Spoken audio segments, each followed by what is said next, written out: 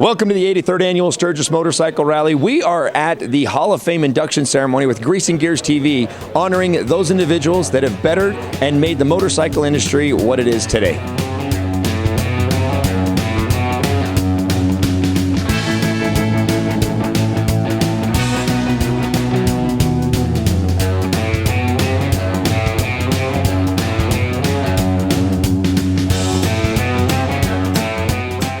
I'm now here with Hall of Fame inductee, Mr. Jay Allen. Jay, you will remember this, but you and I met many, many years ago over cans of Schweppes ginger ale as we sat at Keith's campground around a campfire during a Sturgis motorcycle rally. Oh my God. And I get goosebumps talking about it because for the fact of what you do for this industry, the fact that you took motorcycle riding and entertainment, you intertwined them together, you created the Broken Spoke, yes. And still to this day, everyone's chasing you and how to do that. Broken Spoke still lives on.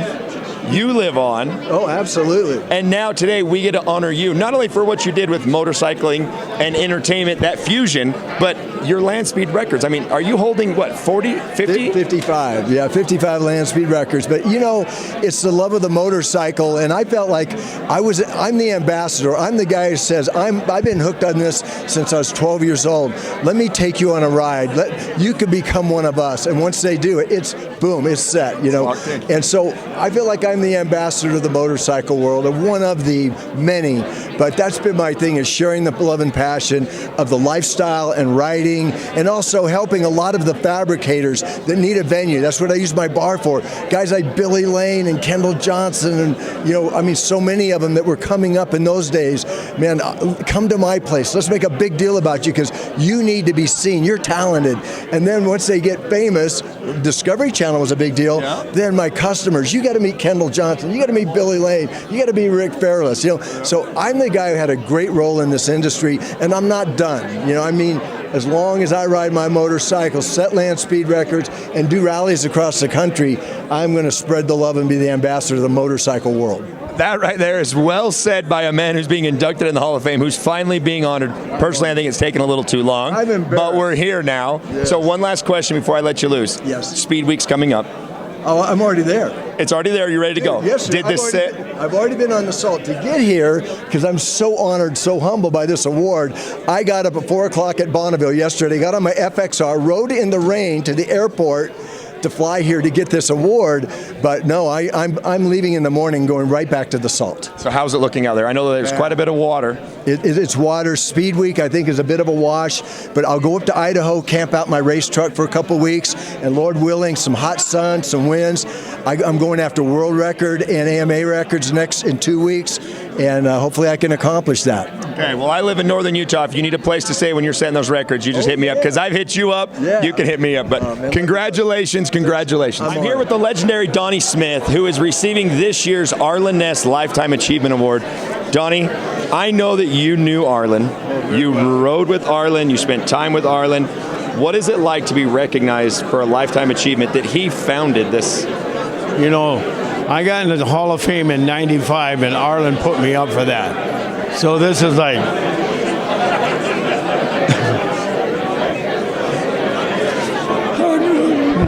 hard for me to keep it together.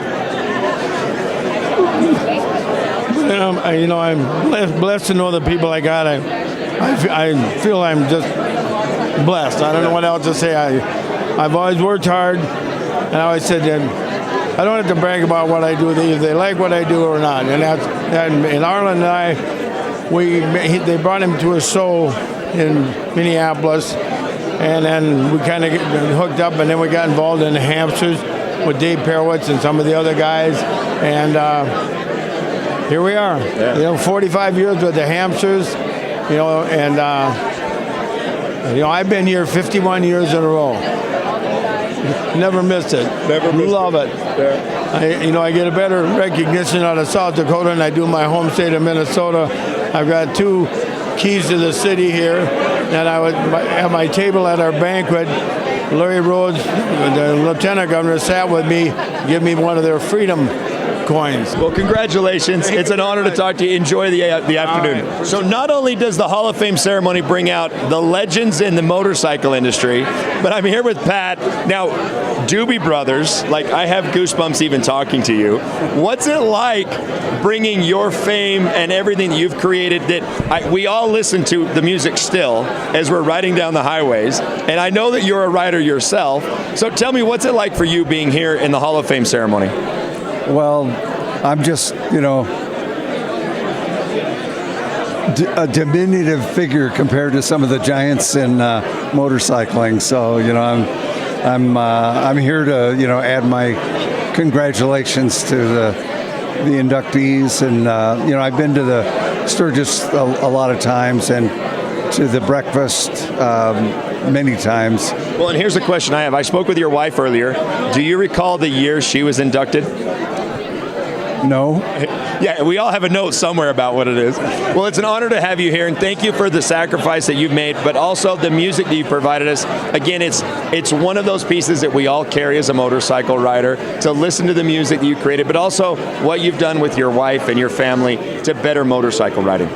We love motorcycling. My wife and I met here at the rally 34 years ago. So that's, probably a lot of couples have met here, but they're having that mutual love for motorcycles. It's kind of been one of the foundations of our relationship. And I think she said to me, I would never be with anybody that didn't ride a motorcycle. So thank God yeah, you scored one there. The community is something that I hold very dear to my heart, and so I'm so glad to be back here in Sturgis. Well, perfect. Well, thank you for your time. It's an honor to meet you, finally. Enjoy the breakfast and enjoy the Hall of Fame. All right, we're here with 2023 inductee Scott Jacobs. Now, I want to give a little introduction to you. I'm going to fail miserably, but you are a world-renowned artist, painter, one of the, correct me if I'm wrong. Well, yeah, listen, the bank account says otherwise, and I've seen the work. Yes. You are the only licensed painter for Harley-Davidson. Well, there was actually a few of us. There was myself, David Ewell, then you've got Jeff Decker, who did sculpture work, and a few guys from the past, too, as well. I was the first artist in the world ever licensed by Harley back in 1993. Okay. You also are a major contributor to the Sturgis Museum and Hall of Fame as a board member of the museum. Yep. Massive player in the city of Deadwood by supporting with your gallery, the brew house, the grocery store. You're also a musician. So you've accomplished like everything. So the reason I say all this is I want to know, what are you feeling right now as you're being inducted into the Sturgis Hall of Fame? Nervous. How is a guy like you nervous? Because there's so many people here that have been such a huge part of my career that helped me along the way. You don't get to this level in your business and your reputation without help of others. And so many of them are here today. And I've got this list, and it's like so many people I feel like I have to thank. So hopefully I do them justice because they did me justice. With as many stages as you've been on, I think you'll be just fine. I think so, too. That's what my wife said this morning. But usually my wife and my family are not in the audience. And if it wasn't for my wife, Sharon, who let me travel around the world for the last 30-something years away from my children, I don't think I'd be where I was today. So she's a very integral part of this whole thing, too. But she's not going to be here today. No, she's going to be here. Oh, good. That's the thing. I'm saying That's where the emotion she's going to be sitting there. My daughters are there. My grandkids are supposed to come in, and it's a different experience because they're not normally in the audience. Well, as a motorcycle rider, I want to congratulate you on behalf of all motorcycle riders, but also thank you for your artwork and what you do, because you literally are let me say it again. You're literally preserving what motorcycling is about. We've got great individuals that take the photographs and the video, and that's fantastic.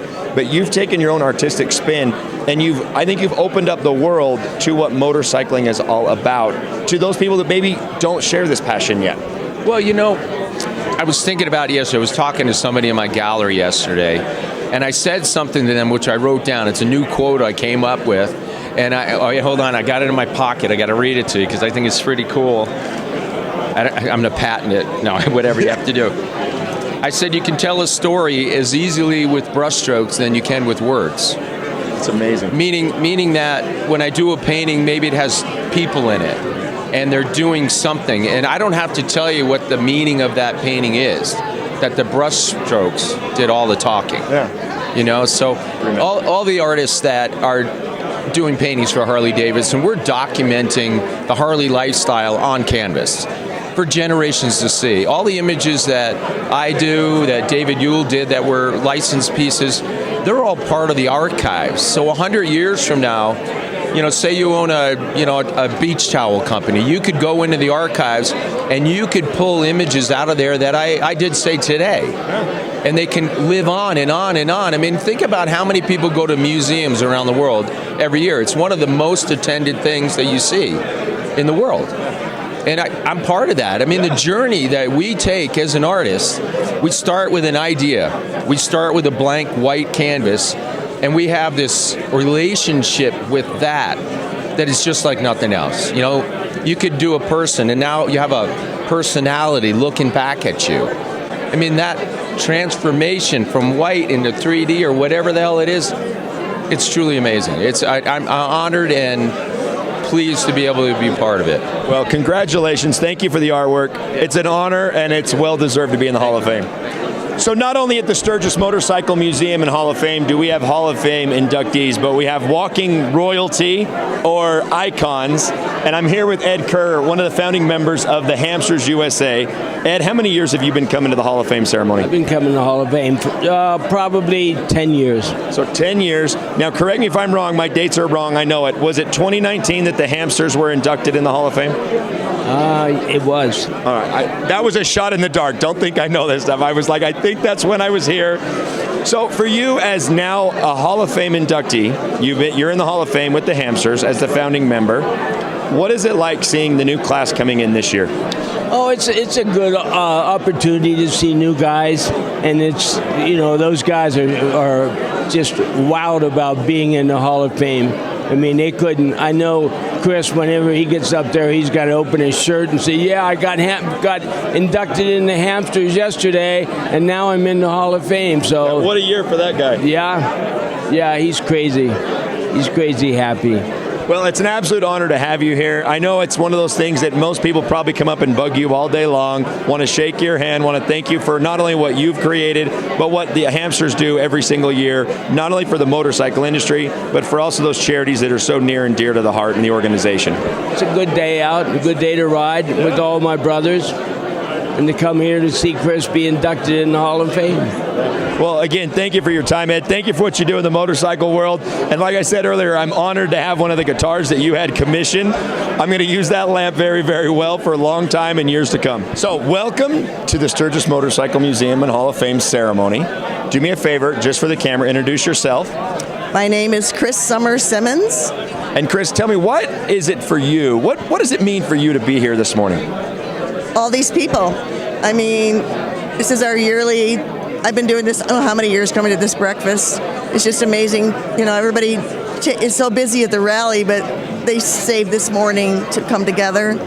And old friends, new friends, it's awesome. So, and tell me, which year were you inducted? I don't know. That's the greatest thing. That shows the humility. You're like, I don't know. They honored me once.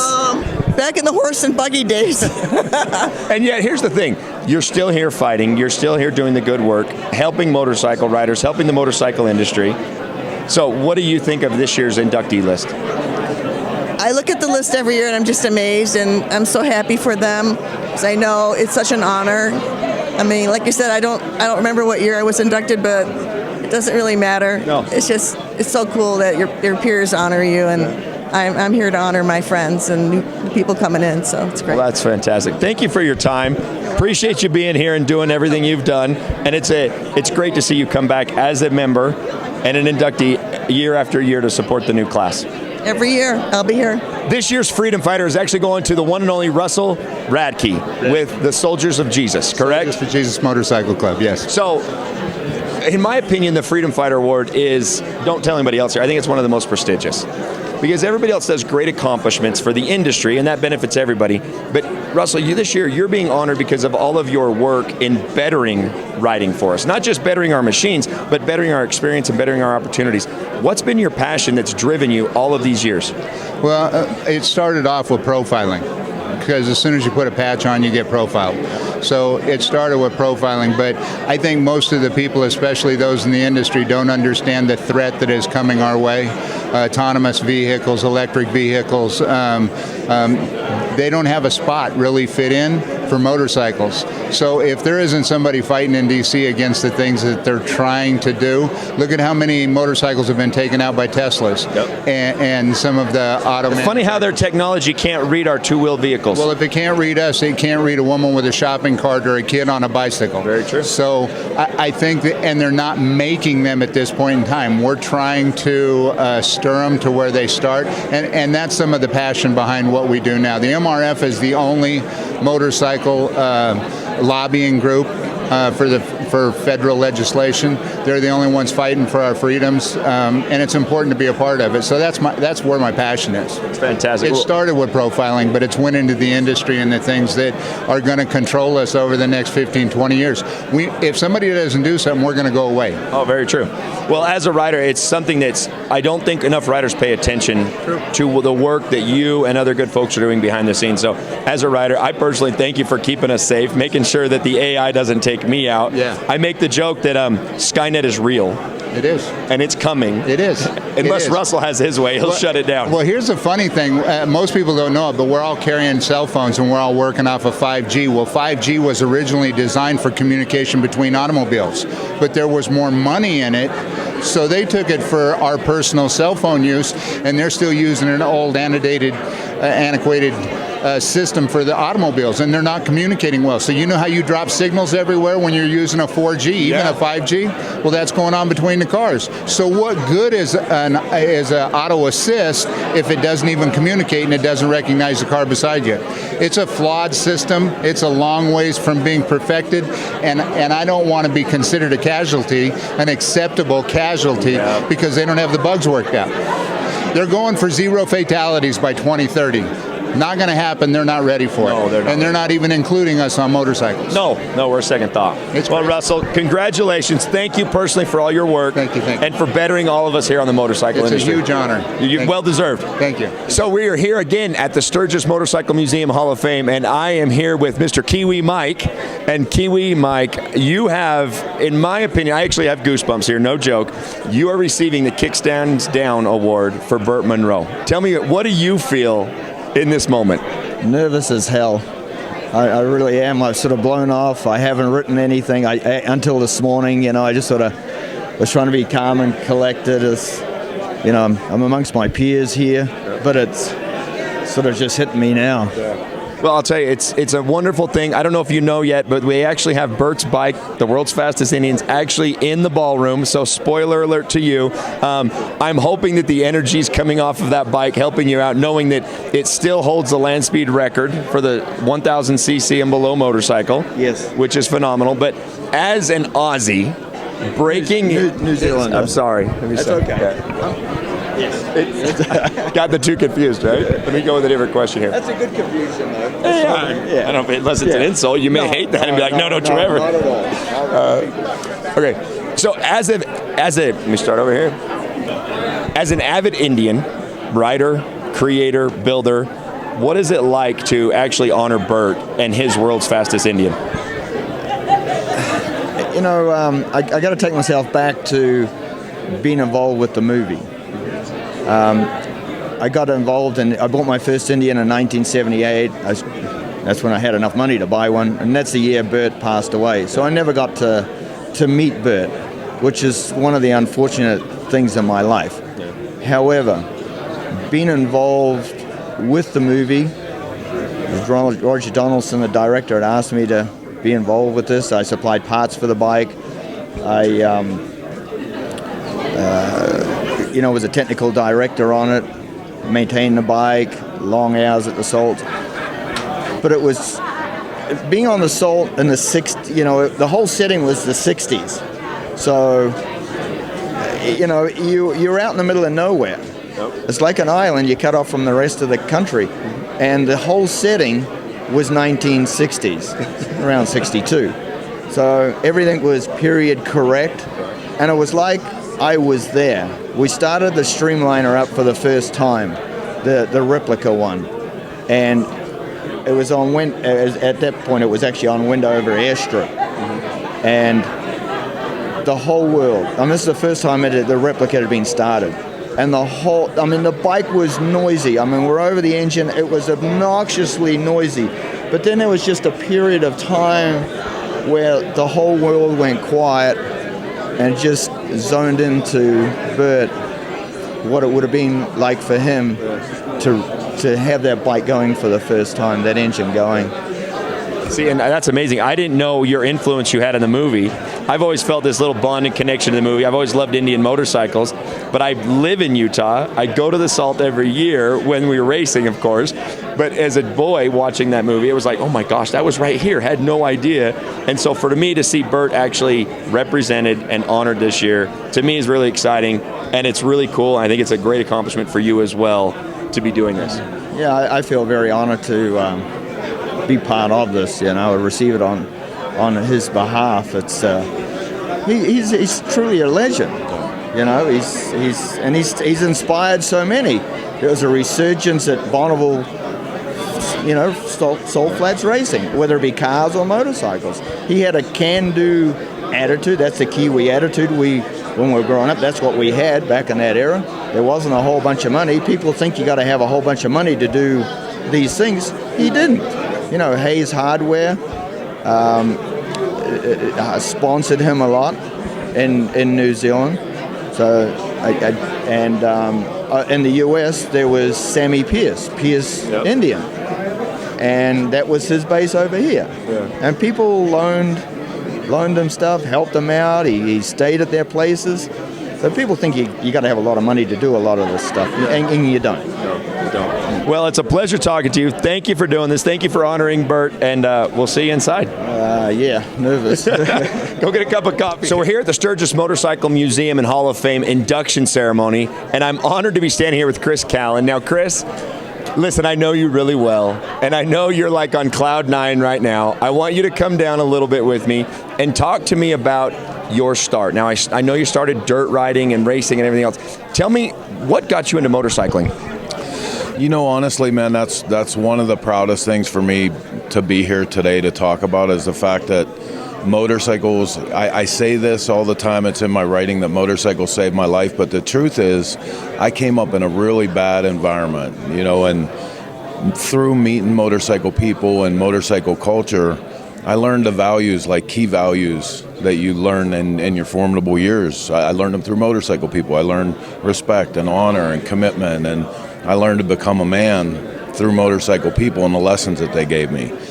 That made me so hungry for all of this culture and to share that with other people, so I turn around now and it's hard for me to say sometimes that it's been a lifetime of doing that, but when I look in the mirror and I see all the gray hair, I'm like, yeah, I guess it kind of has been. We talk about preserving motorcycling for the next future generations. And guys like you, with Cycle Source Media, everything you do, this is such an honor, and I'm telling you, it's so well deserving to see you being inducted in the Sturgis Hall of Fame, because you are keeping this alive for my children and the children to come and the next future generation of riders. What does it feel to actually be recognized for your hard work? It's ominous. It's ominous, and my humility suggests that I say things like, I question whether I deserve this or whatever. But if this is the mission that I've been given in this, I will make it the rest of my life's work to live up to that. Well, yeah, because see, you set a bar here. Now you're a Hall of Fame inductee right now, soon to be member. You're going one level up, man. Congratulations with that. Thank you so much, man. Thank you so much. Thanks to everybody who helped make this happen. I'm super honored. Well, it's an honor to have you. Congratulations, Chris Callen, Cycle Source Media, well-deserving, sporting his new yellow. Of course, another well-deserved accomplishment for you. So, literally, it is the year of Chris Callen at the Sturgis Motorcycle Rally. And I'd like to have Mayor Mark Karstensen come up and say a couple of words to us. So, Mayor Mark, there you are. Thanks, Leah.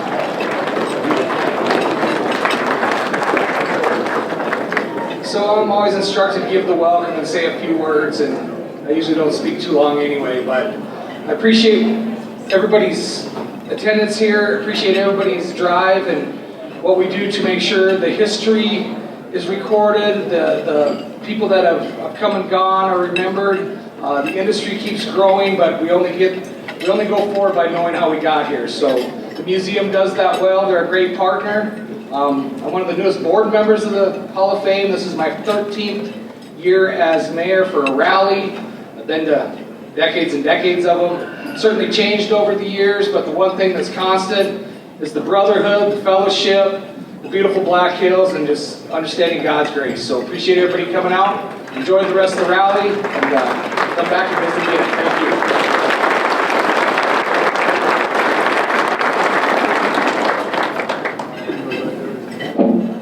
I'd also like to recognize everybody from the city of Sturgis who worked so hard throughout the year, and then during the rally it just double speed. So thank you everybody at the city of Sturgis as well.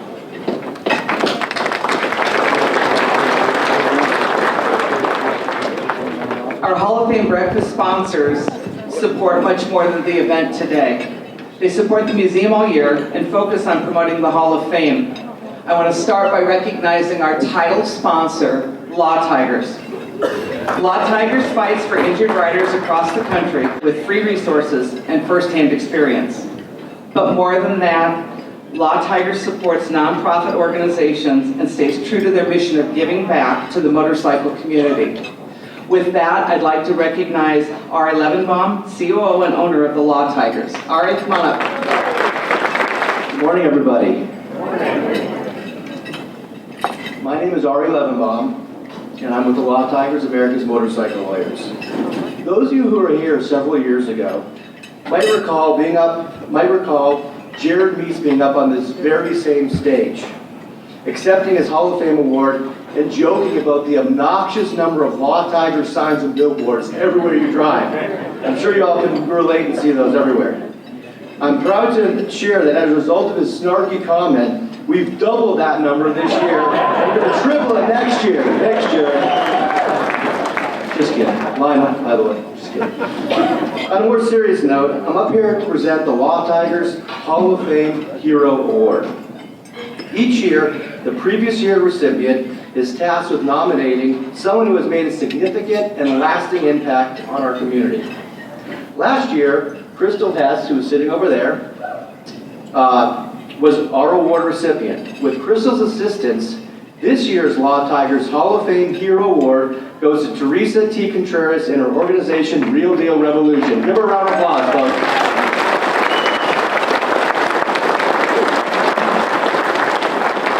Real Deal goes beyond money. Real Deal support, rather, goes beyond money. It is a chance to empower the next generation of riders, mechanics, builders, and tradeswomen. The mission and vision of Real Deal is twofold. Create opportunities for women by taking away the intimidation factor to pick up tools and learn new skills in a supportive environment and empower professional tradeswomen called Real Deal Renegades. By inserting them into a community and giving them this opportunity to teach and establish themselves deeper into the automotive and motorcycle trades and industries. Let me provide some background on Teresa. She's a self-made woman, born in an automotive-loving family who encouraged her to follow her passions regardless of gender.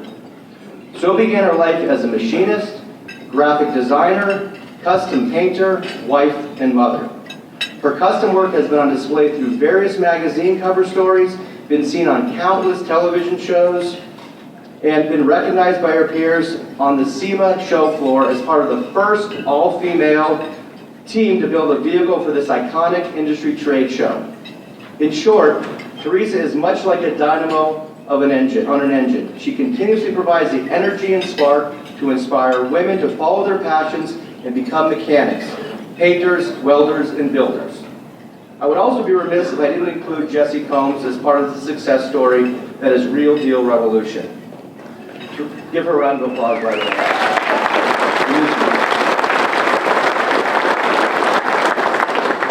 Teresa and Jessie met in 2013 as part of the all-female bike build on All Girls Garage on Velocity. You may also remember Jessie as part of the Mythbusters team and an outstanding mechanic, engineer, driver, visionary, and ardent supporter of women in mechanical trades. Today, Jessie would certainly be proud of the continued accomplishments of Real Deal and her best friend, Teresa. About Real Deal, Jessie explains how empowering others to lead leads to making a difference within the community. We simply want to encourage and support women to get their hands dirty and truly feel that self-empowerment that comes from the ability to handle anything on their own in any situation, no matter where they are. Building on the passion to change lives, Real Deal Renegades has created a network of tradeswomen who reflect on the values of Real Deal and who create opportunities for others through demos, workshops, and events such as Babes Ride Out, Women's Motorcycle Show, and Chopper Fest, just to name a few. Additionally, Real Deal provides scholarships and donations and creates ambassadors who lend their authority and expertise to women who participate in Real Deal Renegade builds, contests, and training activities. This is the third year we've selected a Law Tigers Hall of Fame hero, and Law Tigers is proud to support the efforts and visions of Real Deal Renegades. And now I'd like to bring Teresa Contreras to the stage. Everybody, please give her a very warm welcome. Oh my gosh. Thank you so much. This honor is amazing. First up, I want to thank God for putting Jessie Holmes in my life. And you probably all feel the same way because we got to start Real Deal Revolution together. It was something I never thought that I would do or want to do, but it was just me and her. We love to build together. We wanted to find other women that were like us, and we didn't see them out there. We were like, we need to create them. We need to work with them and want them to do what we're doing, So we just wanted to build a community. We wanted to empower others. I think you all know as builders and stuff, when you build something, when you create something by yourself, it empowers you. And so we're trying to give that to others. We started out as only women wanting to empower women, and we went to Born Free was our first show that we went to, and just Jessie and I, and it was her welding and me pinstriping, and we were teaching, but no women came up, and it was guys and kids and everything, and so her and I decided, okay, well, we don't want to turn anyone away, so, we taught everyone else that came up, because that wasn't the idea, the idea is that we want women to be part of this community, welcomed along with everyone else. I mean, all of our mentors were males, and they empowered us to do what we did. So then we created the Real Deal Renegades, which are all female instructors that are truly great at what they do in their skill set. So now we teach everything from welding, blacksmithing, metal shaping, pinstriping, custom painting. I mean, you name it, skilled trades out there. Driving, riding, all of these things that are like that. We teach all those things now, and we find women that are all over in different communities to teach things like this. So yesterday we were at the Buffalo Chip teaching at Women's Day too. So thank you so much. I could keep talking, but I appreciate being in this room with all of you amazing people. Keep being badasses like you are, and thank you.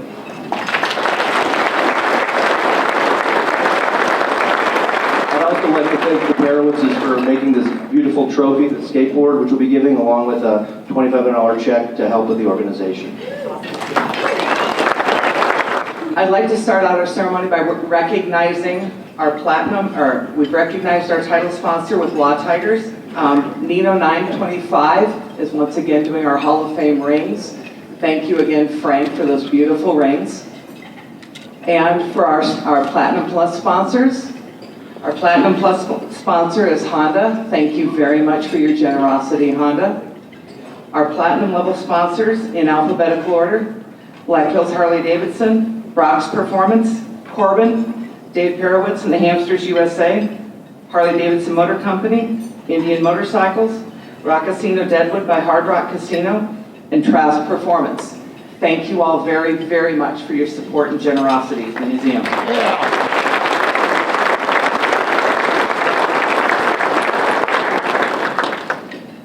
Our gold level sponsors, Brad and Cindy Chandler, Pennington Title Company, Travis Industries, Keith and Fran Terry, The Buffalo Chip, Hideaway Bar, Cycle Visions, Scott Jacobs Gallery, and Jacobs Brew House.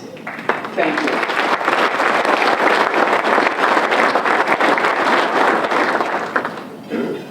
As I look out in the room, I recognize that we are together as family, and we have a whole bunch of Hall of Famers who are in this room that need to be celebrated. If you are a Hall of Famer, would you please stand and be recognized?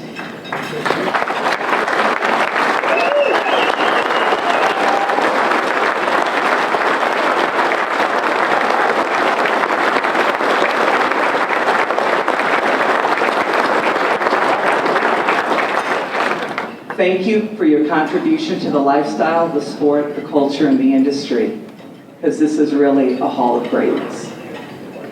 We've also lost some industry friends, family, and Hall of Famers this year. I'd like to take a moment of silence to remember them.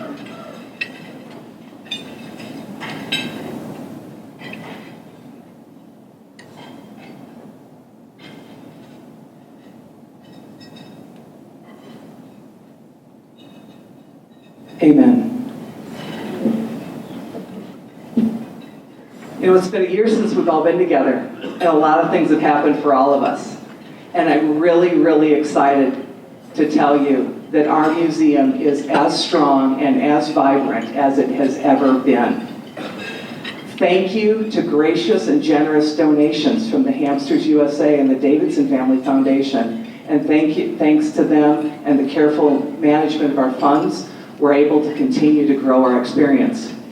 Our curation committee has been incredibly busy this year, defining and refining the vision of what the museum's going to look like and what it is.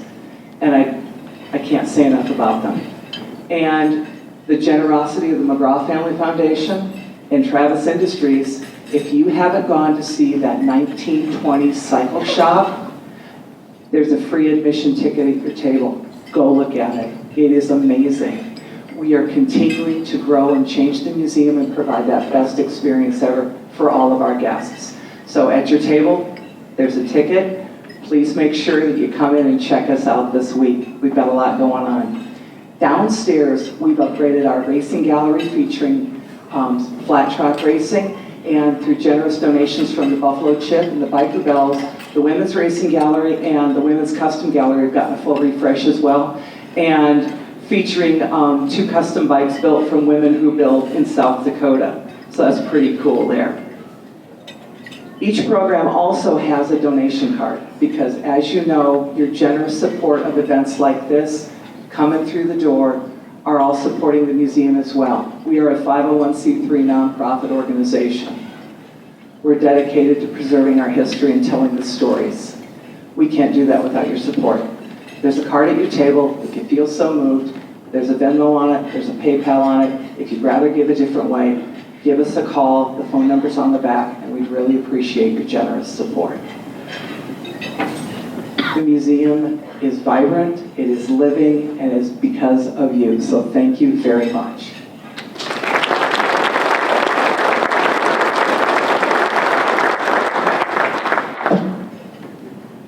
And with that, let's really get going. Let's bring my friend Flash up here. You may have remembered that Flash was recognized as one of the Hall of Fame heroes. And he's here again this year to help us with with the Hall of Fame breakfast. So I'm going to turn it over to Flash. Well, thank you so much, Leah. You know, I was so nervous last year coming up here. I know I called you Laura. I called you Laura for about 5 minutes last year. I felt awful. So I can start this with Leah. Well, how's everybody doing this morning? Are you having a good Rally Raider show?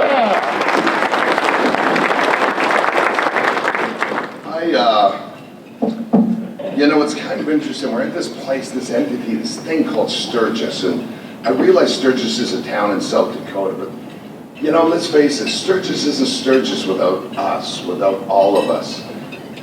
To me, Sturgis, I remember my first Sturgis, and I was going to this place and had no idea what to expect.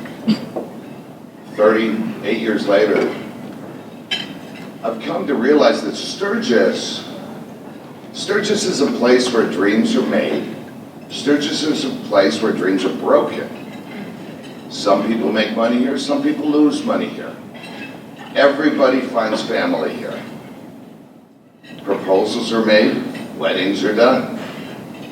I think is remarkable, because we could take what we have and put it anywhere in the state of South Dakota, and after 83 years, we would create the same thing. And the reason is, people like you in this room are the most giving and loving and caring people that America could ever hope to have. And just keep being who you're being. Be the American biker, be the American grandfather, father, sister, brother, everything you're doing, because you are the reason why we live in the best damn country in the world. Thank you so much for having me here, folks. Give yourselves a round of applause.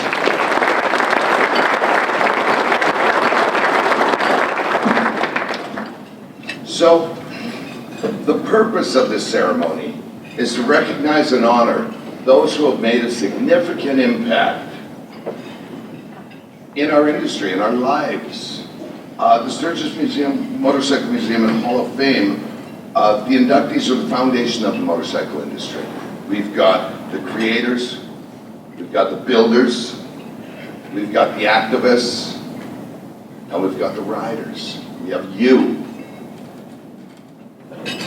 Are you guys ready for one of the most eclectic and exciting round of inductees we've ever seen here at the Hall of Fame today?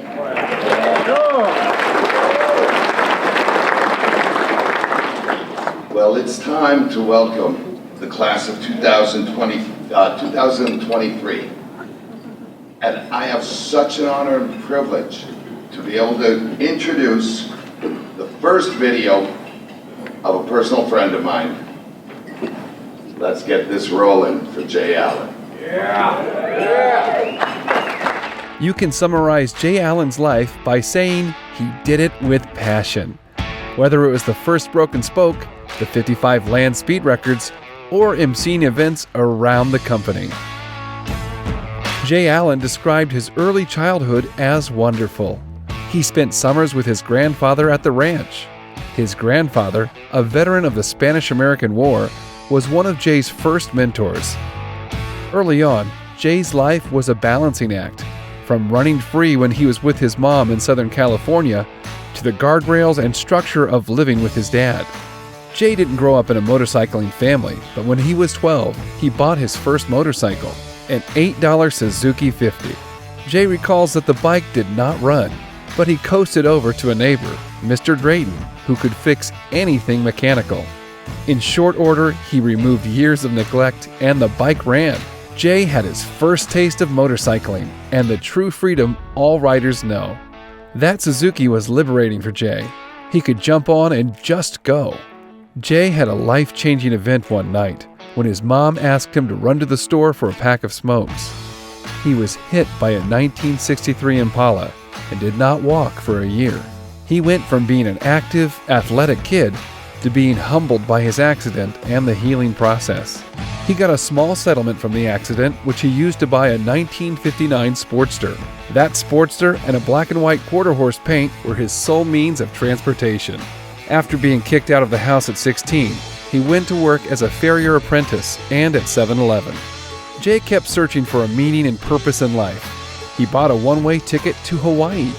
His first act of faith started when he got on the plane at LAX with zero money.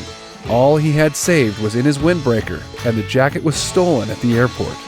Once he landed in Hawaii, he hitchhiked to Lahaina and found a place to stay.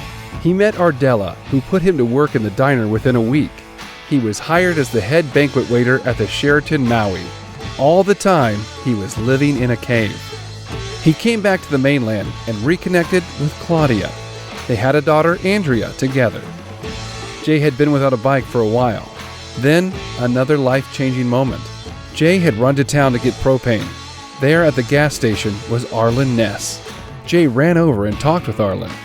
Jay recalled, Arlen was so kind, patient, and informative. Arlen really ignited the spark in me, he said. Jay went straight home to Claudia and committed they ride the Redwood Run the following year on a Panhead, and that they would never be without a bike again. Jay and Claudia transformed that dream into the Broken Spoke. The Spoke became a large enterprise with locations at all the big bike rallies. Jay Jay's background in customer service and customer experience paid off. That production focused on delivering a fun, safe experience and fostering camaraderie for all the people there. Jay said, "If I can deliver on that and I'm good at what I do, I will help you make memories." Jay made the jump into land speed racing when he bought a 1946 Indian Chief from Buck Lovell. The bike was originally intended as a decoration. After 10 years of being an ornament, Jay took the bike to Bonneville. He was bitten by the land speed bug and now is on his 20th year of land speed racing and holds 55 land speed records. Motorcycling has been the greatest influence in Jay's life. His heroes have become family, and he has been able to help people make memories that last a lifetime. He's no longer an empty vessel, but filled with the experiences from the industry, heritage, and history of motorcycling. Jay says, "Every night I go to bed knowing tomorrow I'm going to get to ride my motorcycle. It's the best feeling in the world." Jay thanks Claudia, Andrea, and all who supported him in his journey.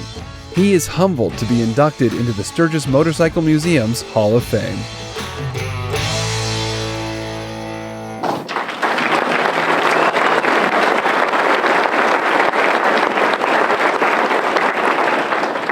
The person who's going to present Jay Allen is a unique entity unto herself. She is one of the few people that I know who is not only one of America's sweethearts, but a complete and total American badass. This woman could ride a rocket to the moon, and she's friends with almost everybody in this room, I am sure. Ladies and gentlemen, let's welcome Hall of Famer Jody Perowitz.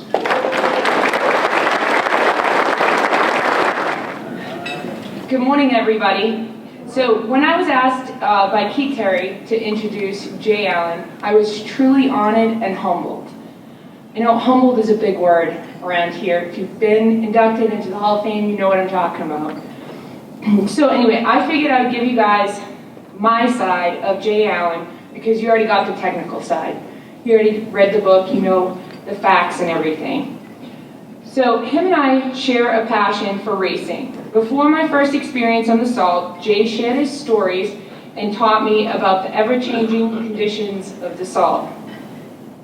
Jay is a man who has been chasing records at Bonneville for a long time, accomplishing many records, including a few over 200 miles an hour.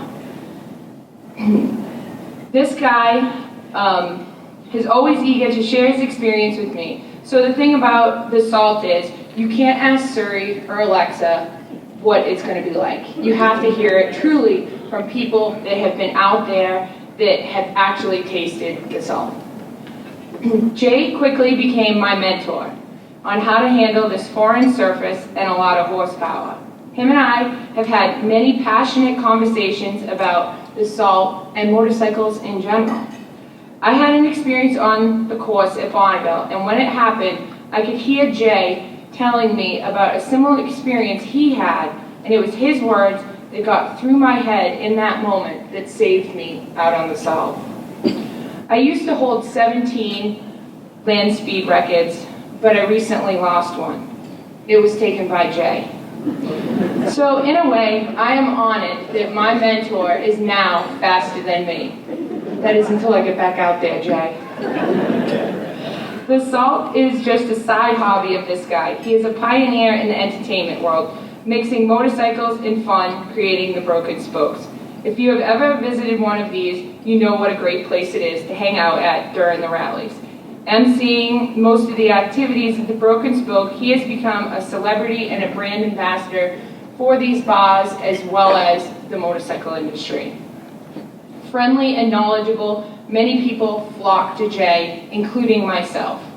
Jay is the perfect fit for the Motorcycle Hall of Fame, and like myself, he eats, sleeps, and breathes two wheels. So welcome to the Hall of Fame, Jay Allen. I didn't write anything out for this. I thought I'm just going to let it roll. But in what you guys said in that film said a whole bunch of it. Most of all, I got to tell you, I am used to exalting people. I'm embarrassed about this. I'm not used to being exalted. It's very uncomfortable for me.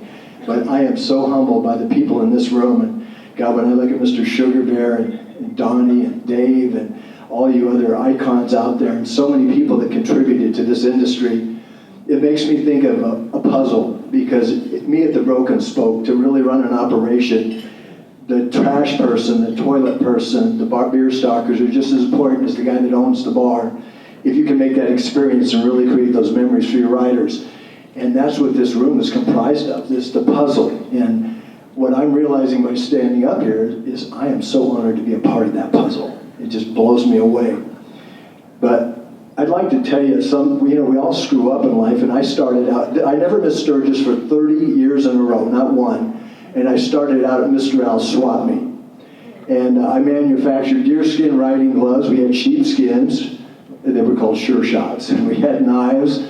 But I was, one year, I developed, and I'm the first one ever to develop this, is the helmet with the horse tail and the buffalo horns. I developed the very first one. There was a girl who would come by the Mr. Al's Swap Meet, and her name was Cindy Dahl, and she dealt in animal parts. I mean, she had bear jaws. We made bear jaw knives. They were so cool. But I had this vision, and she had horse tails. So I took a grinder, and I ground out the horse tails, rounded them off on the end, riveted them down the helmet, filled the horns full of resin, set the bolts in the horns, screwed holes in the sides of the helmet, and tightened them down. And here I have this Mad Max thing, and I'm going to make a fortune in Sturgis with these things. I'm going to make a killing at Mr. Al's Swap Meet. So I had the prototype, and naturally I had to get the biggest bull horns I could find, because bigger is always better, right? So my buddy and I are jamming up I-10 going to a toy run in Tucson, and that helmet is killing me. My neck, I'm going, oh. All of a sudden I go, oh, and the horn gets caught under my brake cable. No bullshit. I start to lift my head, and the helmet goes over my eyes. My buddy's sitting to my right, and he's pissing his pants. He thinks this is really funny, And I got smart. I've been this racing too. When I think I'm going to die, I start talking to myself. Get your shit together, and do this. So I say, go to the line, get the flashing lines, and just look at them, and then work your way out of this goddamn brake cable. So I did, and we pulled over, and I was pretty shaken up by that. But that, it's funny. All of our successes, I think all of you agree, and I know so many industry giants in here.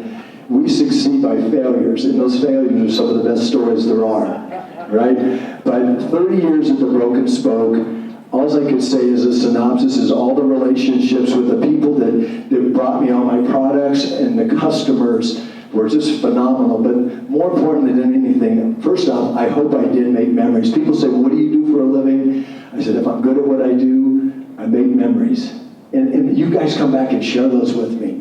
And it just validates that, hey, it was working. It was really working. So anyway, I think I'll just wind this up and say thank you all very much. I'm so humbled, and I'm honored to be a part of your club. God bless every one of you. Thank you. And like I always say, you keep the shiny side up and the rubber side down. I love you guys. What a great way to start the day. So now, every time I see somebody with those helmets with the horns,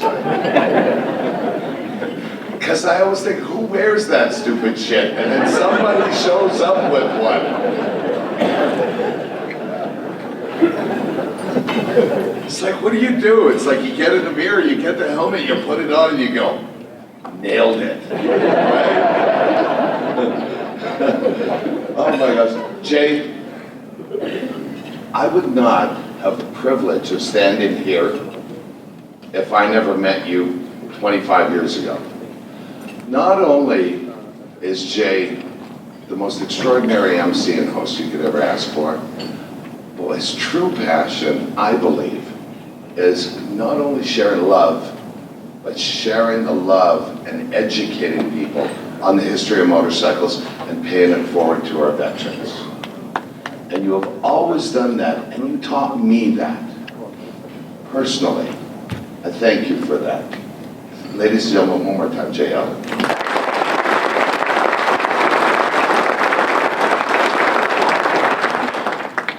I I love to call this the last man standing.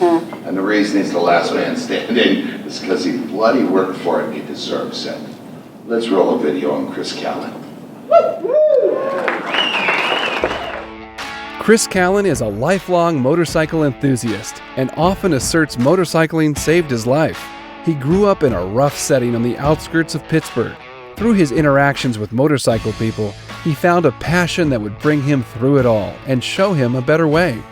Today, he is a publisher, editor, journalist, motorcycle builder, artist, innovator, and lover of all things two-wheeled. In March of 1997, from the back room in his aftermarket shop, Fat Cat Cycles, Callen and lifelong friend Lou started Cycle Source with a borrowed computer. The first issue nearly killed them both. With no experience, they had very poor results. Luckily for Callen, even then, the motorcycle world could see his passion and gave him plenty more chances to redeem himself.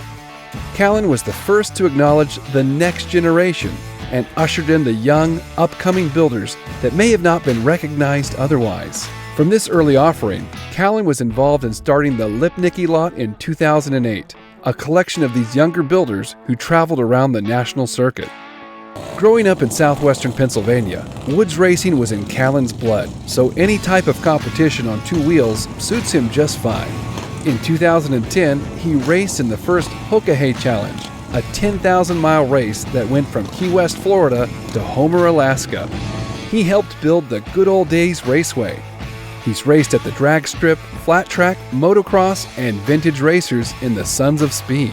Riding for over 30 years, Chris has earned more than 24 1,000 miles in a day patches, a dozen or so 1,501 patches, and even rode the new V-Rod muscle coast to coast in 63 hours on a bet from Harley-Davidson. Part of his passion for riding came from the early days when he had little time and less money. He'd drive his motorcycle to every event he wanted to cover. He'd tie cases of the magazine to the bike, and many times took refuge on a spare couch at the Broken Spoke or by the Wall of Death. Callen had made it, as his dreams of a good motorcycle life were concerned, but realized that life is only half as good until you have someone to share it with. In August of 2015, he married his longtime friend Heather, who Callen says is at least equally as crazy as he is.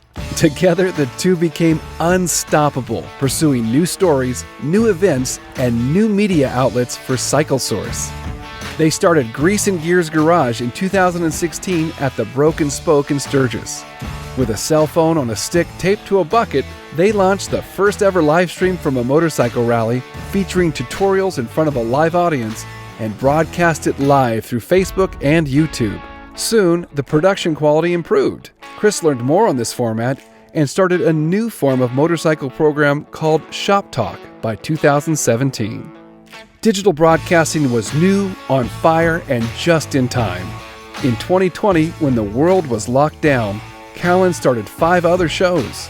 At the height of the pandemic, he held the world's first cyber rally, a 17-hour live stream with everything from stunts to bartenders and a virtual bike show, all to keep the community together through hard times. All of his life has been fostered through motorcycling. He shared his oil painting, his music, and grown into a public speaker, delivering a monologue to over 60,000 people. He has ridden through 49 states, most of Canada, and some of Europe, all because people that the world saw as outsiders took him in. It is a crowning achievement for Chris to be inducted into the Hall of Fame, and an honor to be considered among his heroes.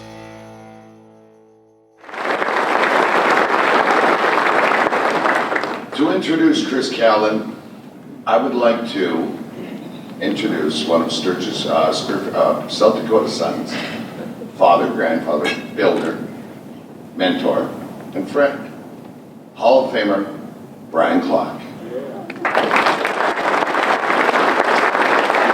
It's an honor to be here today. I know when I got this award in 2012, I sat here and cried through the whole thing, and I appreciate all you videographers for just having that on tape, and Leah said it's still there. You know, I wear my heart on my sleeve, and it's very emotional for me to look out and see all my heroes here. And yet, the hero I'm about to introduce you to is truly a Renaissance man. And a Renaissance man is a guy who goes and does one thing and then changes the course because the game has changed and he gets better at it. And he does another thing and another thing and another thing. And Chris Callen is that guy. He's taught himself over and over to change, to adjust, to adapt. And Chris and I have a lot of heated, passionate conversations, sometimes great, sometimes not so great. And yet, that's what's made us friends, is because we're so passionate about motorcycling, and more importantly, we're passionate about relationships.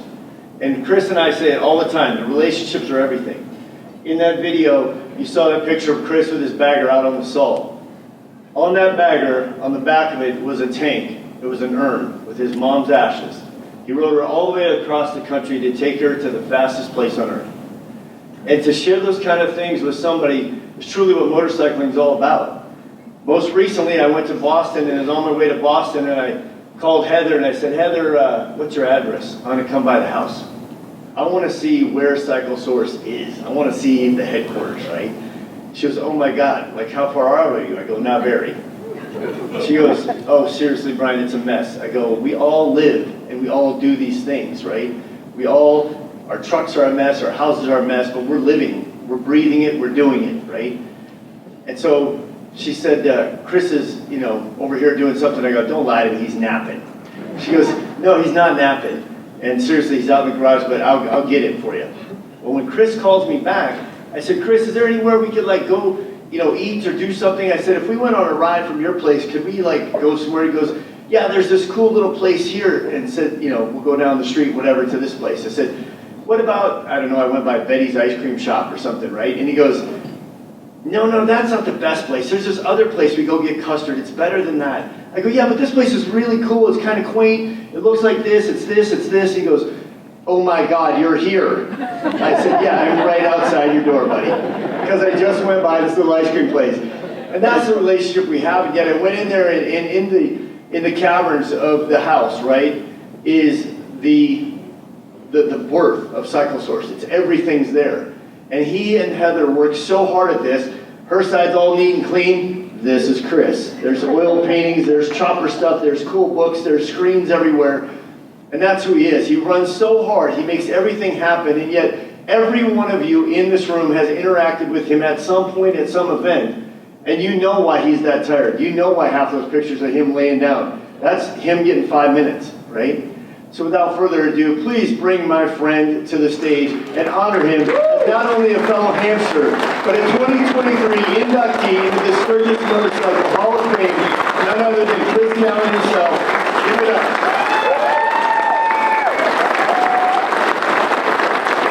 First of all, though, I can't believe no one has ever done this.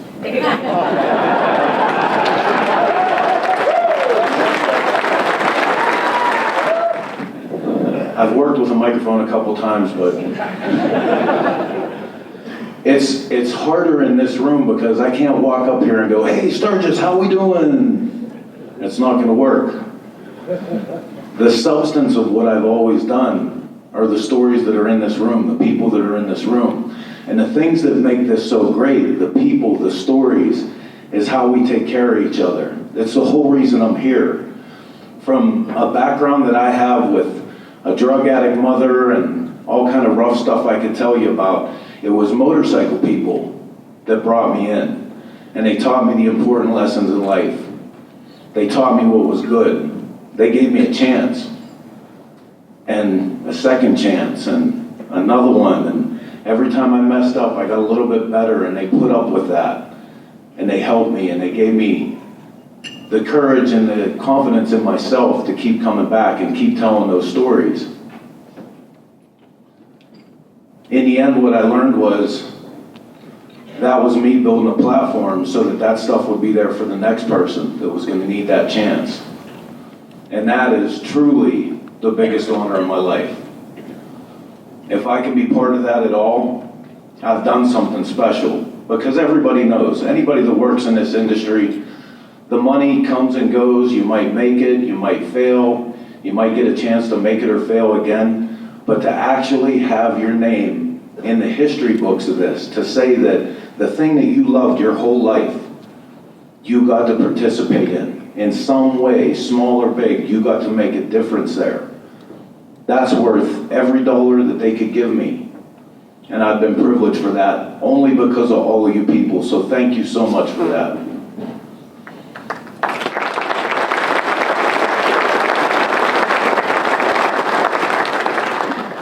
It's given me the greatest gifts. I've met every one of my heroes. Most are in this room right now, and that's why I'm so damn nervous. But I've met all my heroes. I've gone to all the far out places, the rallies. I used to sit and read the magazines, and I wanted to be there. I got to do all that. I got to build motorcycles and race stuff and have fun. And even my wife, my best friend in the world, I met through this world. And it changed my life forever. Because like it said in that video, if you don't have somebody to turn around when you see the amazing things that we see and say, hey, did you see that? It's only half as cool. So I'm gonna let go with this. Please, whatever we have to do, just continue to make sure this is here for that next person.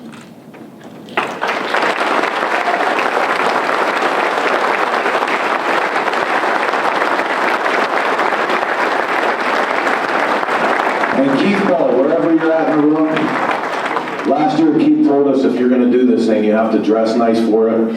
I wore 2 of my best shirts. So incredibly inspiring. Yet when he's talking about meeting his wife, he's talking about meeting Heather in the motorcycle world. I mean, let's face it, folks. Everybody take a moment, just for a second. Look at the women around you. Look at the women around you. Don't just pretend to. Look at them. And now say thank you. Because your life would suck so much more without them being in the room.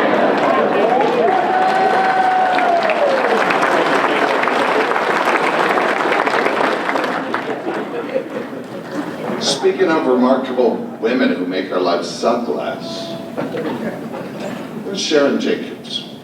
Sharon, just wave. Just wave. Everybody say hi, Sharon. Hi, Sharon. Sharon, you know, something's going to happen right now. Thanks to you, you've managed to inspire and motivate another man, a man in your life, to become a very, very good man. And right now, we're going to learn more about him as we get to roll the video and learn about Scott Jacobs.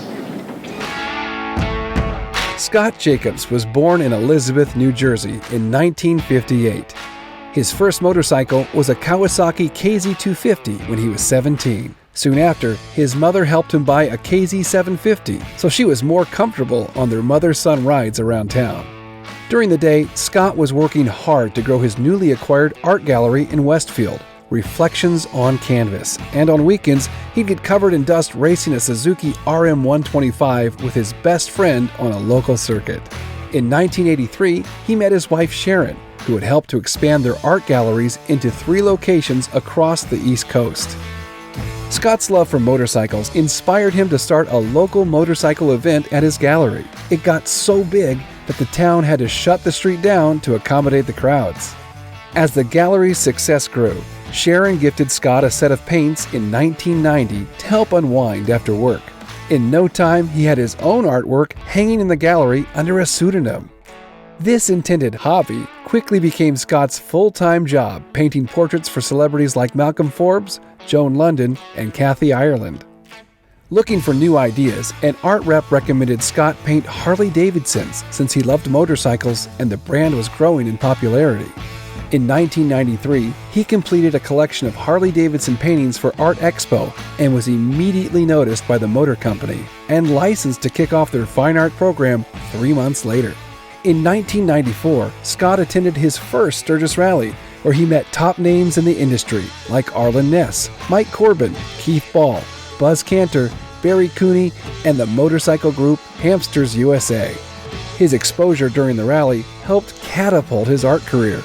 The Sturgis Guide showcased his paintings on the cover and has every year since. Buzz Cantor put him on the cover of American Iron magazine in 1996. Arlen Ness designed a custom Road King with Scott for a painting of his bike, Awesomeness, and so much more. As Scott's fame grew, so did his subject matter. In 1998, Scott started a new genre of dirt track racers. Top riders like Scotty Parker, Jay Springsteen, and Chris Carr debuted in paintings, bringing a whole new level of attention to the sport. In 2000, Scott was invited to be the centerfold of the first women's motorcycle magazine, Bike and Spikes. In 2010, Scott was invited by friend and Hall of Famer Chris Simmons to photograph the motorcycle Cannonball Run. He immediately fell in love and decided to participate in the 2012 race on a 1926 Harley-Davidson J. Sharon rode alongside him, and their daughters Olivia and Alexa rode from Sturgis to the finish line in San Francisco. Sharon joined him in the 2014 race on a 1936 HD VLH, and in 2016, they both raced 1915 F-heads. On the second day, Scott was in an accident, resulting in a shattered shoulder, and underwent a shoulder replacement, which halted his riding and art career overnight. His desire to paint and ride again are what motivated him to gain enough strength to continue both 1 year later. All of the Jacobs Cannonball bikes can be seen at Jacobs Gallery on Main Street in Deadwood. Overall, Scott's art career has helped bring motorcycles from the garage into the living room. His passion for art has given the motorcycle world a new way of viewing these beautiful two-wheeled machines. Scott's lifelong love for motorcycles has trickled down not only to his wife, but his daughters as well. Scott says, "Without many of the people in this room, I wouldn't have the career I have today."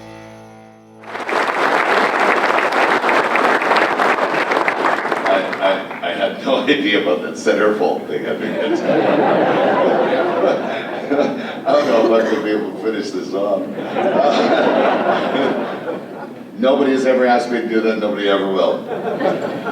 Presenting Scott Jacobs is a publisher, an advocate, an educator,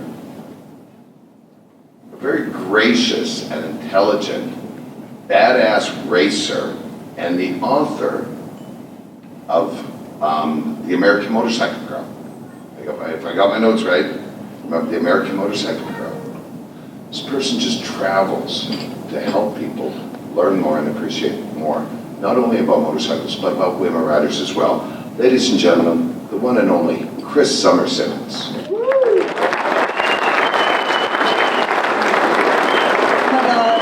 love so many people in this room. I get so emotional. I didn't write anything, but I love you guys. And Scott, I'm going to let Pat, I have my own Rock and Roll Hall of Famer with me right here. But he wants to say a few things first, and then I'll jump in there. But thank you guys for coming. And oh my God, Jay Allen. Gee, all you guys. I mean, just Chris, I love you so much. I mean, you know how I feel about you. Anyway, I want to let Pat talk first, so he wants to say a few things about Scott.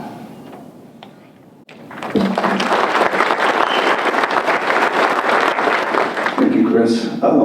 So great to be here this afternoon. I just was asked to say a few words a couple of days ago. I woke up at 4 o'clock in the morning, shaking, thinking about what am I going to say. It's easy to play guitar and, kind of do what I do, but having to speak to an audience is a whole other thing. So I'll do my best here if I don't knock this off the stage. Chris and Jay, I've got to say congratulations to those guys. Everybody here in the room knows they know everyone, and just wonderful people. They've certainly enhanced my life, just knowing them. So anyway, motorcycles is what brought us all here today to celebrate this moment together. We all come from different backgrounds and beliefs, but our passion for bikes is really what makes us part of a larger family. We were trying to figure out how we met Scott and Sharon last night so we could talk about it today. I feel like I've known him forever, both of them, but I'm pretty sure Clyde, the Glide Fessler, introduced us. Clyde introduced my wife Chris and I to each other right here at the Sturgis Rally 34 years ago.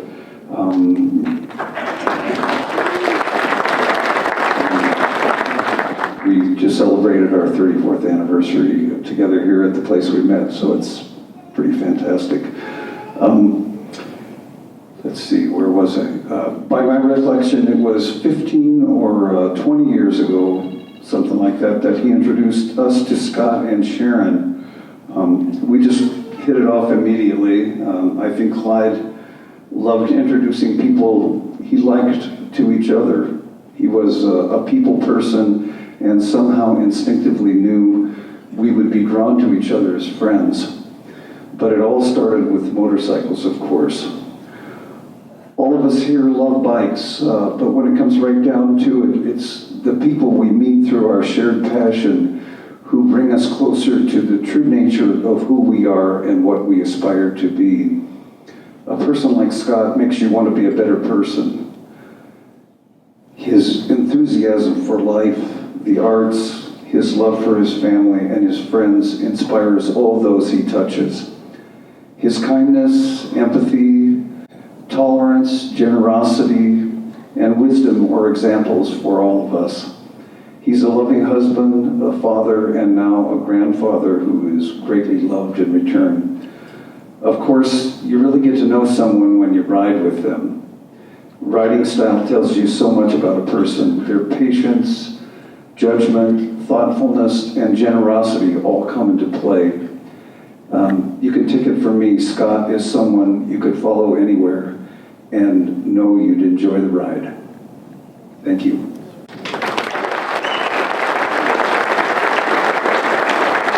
I didn't write anything down because I'm kind of dumb, but it's okay. You know, one of the first times I met Scott, I just couldn't believe how talented. The talent is just unbelievable. It's like everywhere. And then he's so gracious. I mean, we come here every couple of years, every year, and he's like, oh, come and stay with us. I'm like, okay, you know.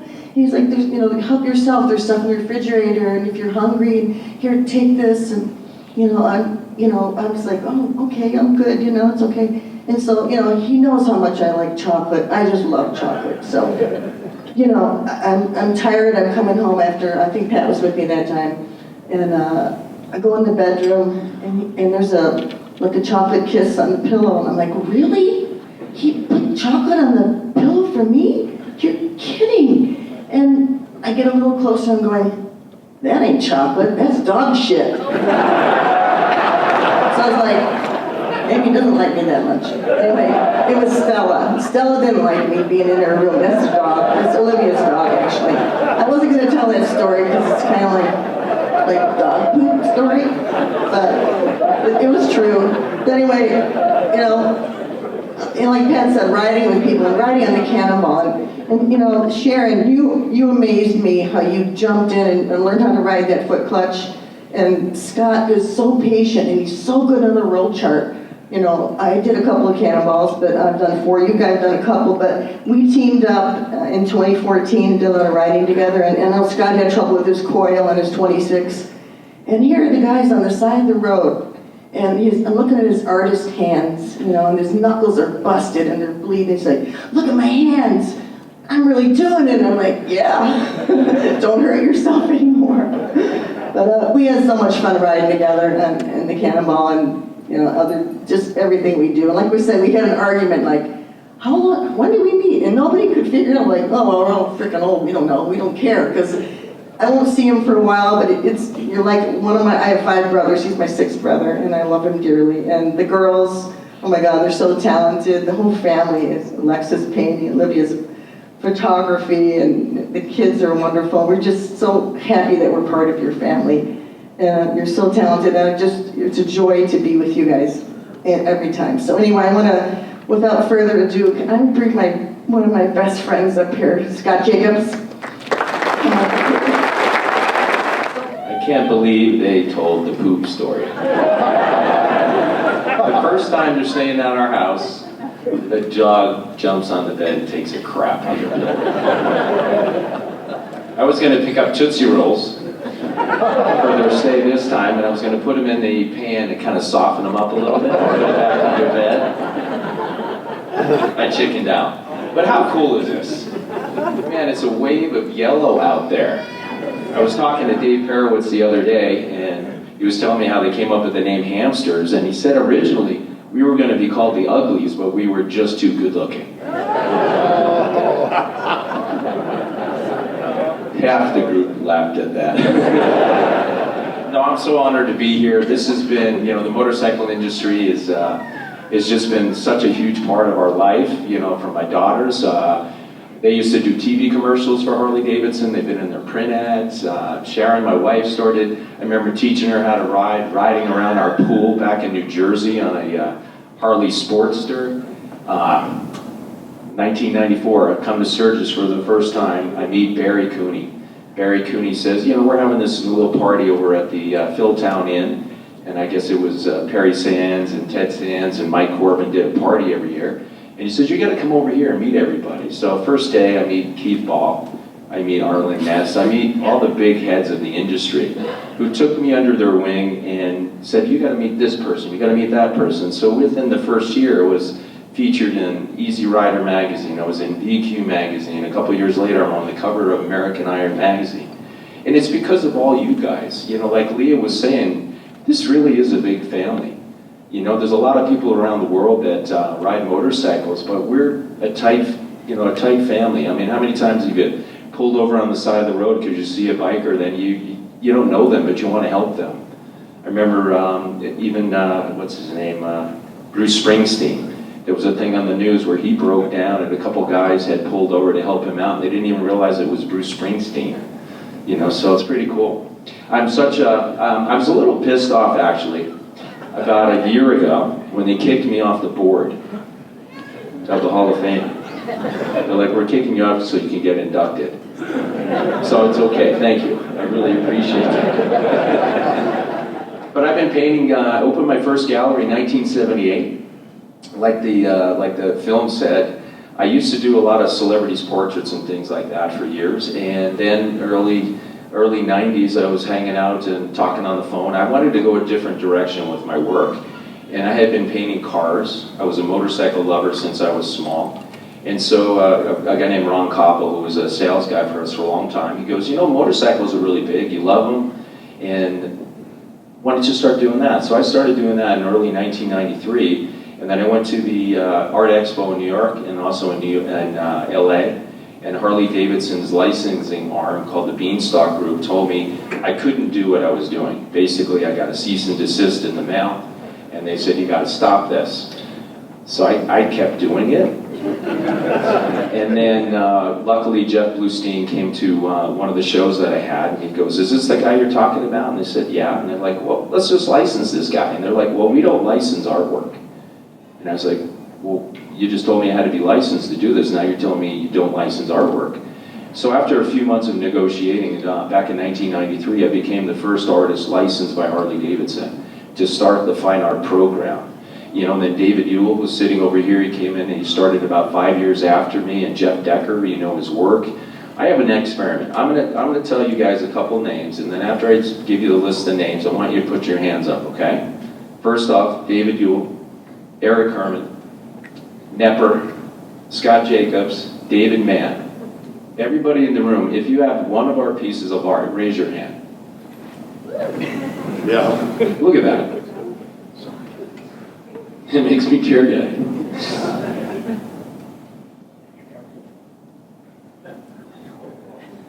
I mean, it's pretty cool, right?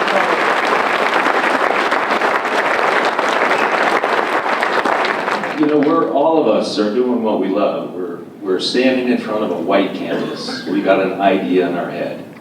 We draw it out in pencil, we paint it, we finish it. We're living the dream of an artist. To be successful and to touch almost everyone in this entire room, that's freaking awesome. I gotta applaud you guys. I got a new ring. This is a big one. Is it okay, Sharon, if I share it with this other one?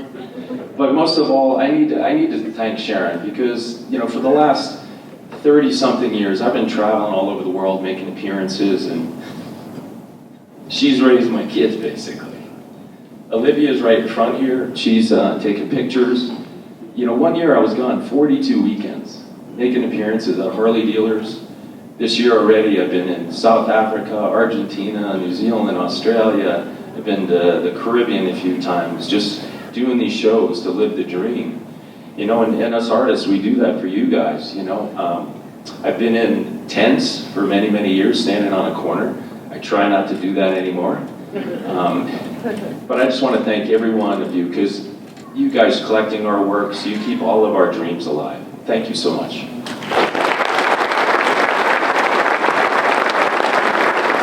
I don't know what made me cry more, the poop story or Scott.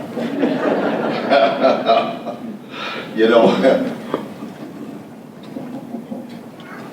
something about those summers in the Simmons. I remember Pat behind in Daytona, he was teaching Gloria Struck, a friend of all of ours, how to play guitar, just before he gets on and does a little solo acoustic set. I said, Gloria, what are you doing? She says, Pat taught me the G string. Do you remember that? Do you remember that? And Pat goes, "Hey!" And Pat says, "It's the G chord." G string, G chord, whatever. Thank you, Pat. You know, our next person, generation younger than me, kind of brought coolness, and we need more people like this to bring coolness to the generations behind him and the hers that are doing this and living the dream. Let's roll a video right now and learn a little bit more about the one and only Roland Sands. Roland Sands is a renowned motorcycle designer, racer, and entrepreneur, founding Roland Sands Design. Born in August 1974 in Long Beach, California, Roland grew up with a passion for motorcycles, as his father was also a motorcycle racer and business owner. Growing up in his parents' shop, Performance Machine, he was surrounded by unique two-wheeled machines, racing, and the custom motorcycle industry. Roland's first trip to Sturgis was at age 15. He roamed Glencoe and spent the week riding his Triumph T100 through the canyons with his dad Perry and crew. He's been to Sturgis almost every year after. In 2019, he was honored as the Grand Marshal. Roland began racing at 18. He turned pro and competed in racing events across the U.S. and Europe. Roland won the AMA 250 National Championship title in 1998 and won more races and broke track records across the U.S. Roland retired from racing in 2002 and focused on design and motorcycle customization while working as the VP of Design at Performance Machine. In 2005, following in his father's footsteps, Roland founded Roland Sands Design, which quickly became a leading brand in the motorcycle industry, known for its unique and innovative designs. The company specializes in creating custom motorcycles, performance parts, and accessories for riders who are looking for a distinctive and personalized experience. Roland has expanded his products into quality, fashion-forward protective riding gear that look good on and off the bike.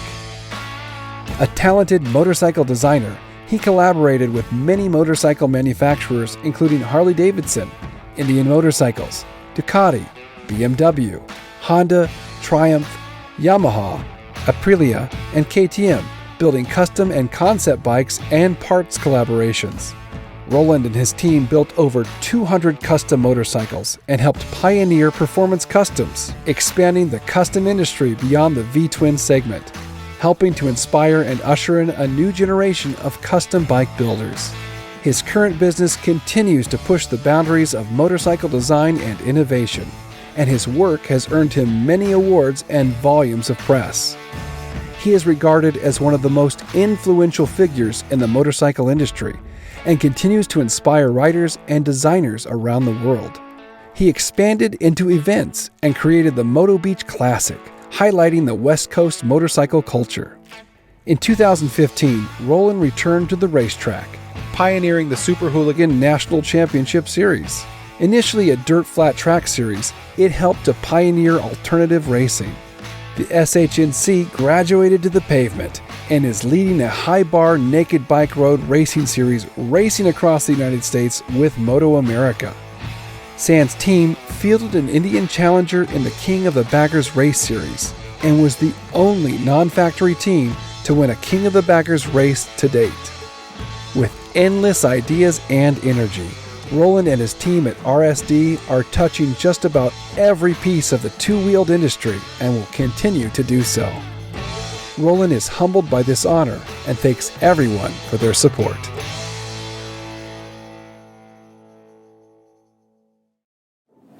He's not that old, but he's definitely one of the grandfathers of Sturgis. And the reason this presenter is because I can't personally think of more than 2 or 3 people who have not only done more to get Sturgis on the map over the years, but to bring money, to bring assistance, and to bring programs into Sturgis, South Dakota, and all over the Black Hills.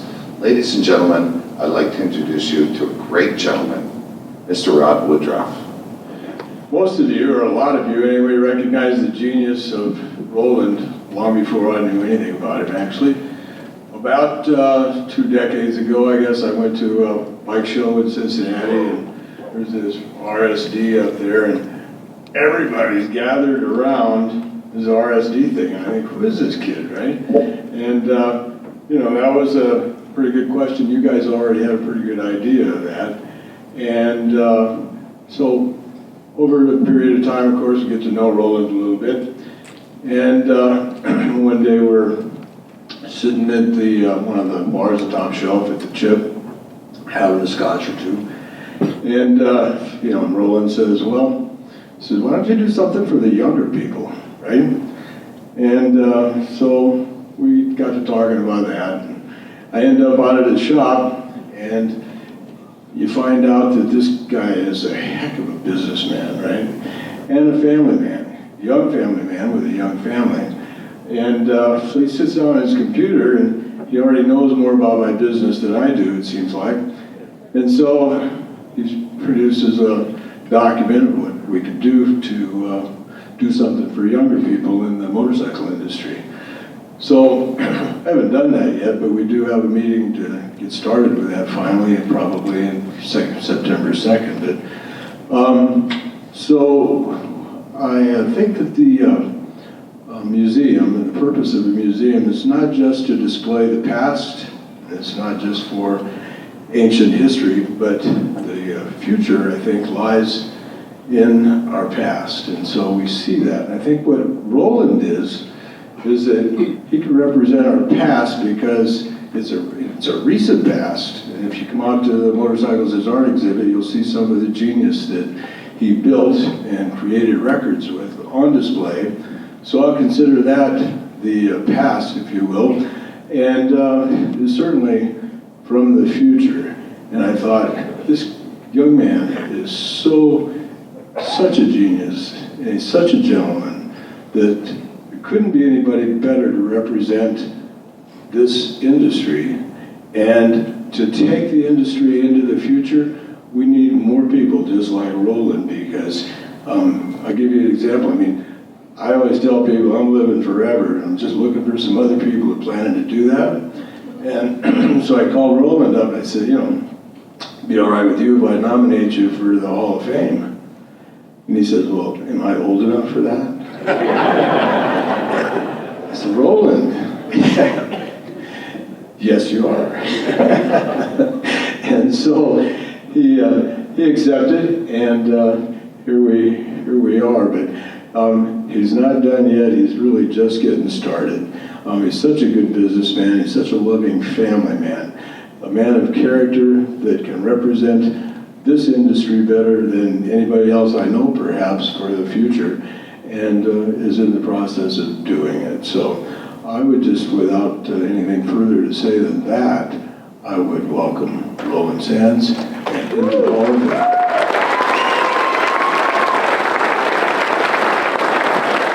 Holy shit.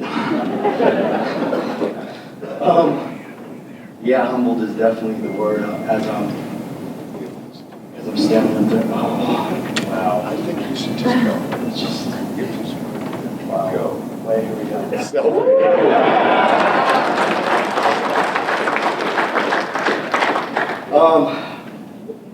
Yeah, I didn't write anything either because I'm usually terrible at writing speeches, but you know, this industry has been a part of my life since I can remember. You know, sitting back there at the tables, the most important people in my life, except for my kids aren't here, but my mom, my dad, my wife, my sister. You know, this is, to me, you know, family really, it's hard to talk about because my grandpa's not here, and you know, we're all a product of our history. We're all a product of our family, and I think, you know, just when your family has great intentions, it really gives you a platform and a runway that allows you to do things that, you know, maybe you wouldn't have been able to do. And my mom and dad have always been such a force for just progress, and they always believed in a lot of what I wanted to bring to the table, crazy ideas that I had, wild stuff that, you know, I don't think people thought would have worked at the time. I was like, Dad, I'm gonna try this out. And, you know, a lot of times it would work, and he would be behind me. And it always allowed me to have the confidence that I could get those things done. And, you know, as I look out here at this room, I mean, I've known all of you a really long time, and I apologize if I filled any of your homes with smoke, or if I've destroyed any of your concrete floors over the years, but this is like the only place, you know, where you could just get away with being wild and having a really good time. When I was younger, I was, you know, came out of road racing, and so like I was pretty on the edge as a human being. I think just really like to have a good time, but I also needed like a place like this, a place like Sturgis, a community like this that would allow me to have some of the bumpers so that I could stay in line. You know, I haven't always gotten it wrong. If any of you guys saw me jump off the stage of the Buffalo Chip, you know what I'm talking about. But sometimes things happen that you can't understand and you don't understand. And this is probably one of the only communities where some of the crazy shit that's happened still allows you to get up here and be a Hall of Famer, or even, you know, to be the grand marshal of the event. It's just really been a blessing. So I think this is my 30th year here, and yeah, what an honor to be up here. Thank you guys so much. I really appreciate you, and thank you, Sturgis. More men, including coaches and what have you, who had absolutely lost their freaking minds, went overseas and raced.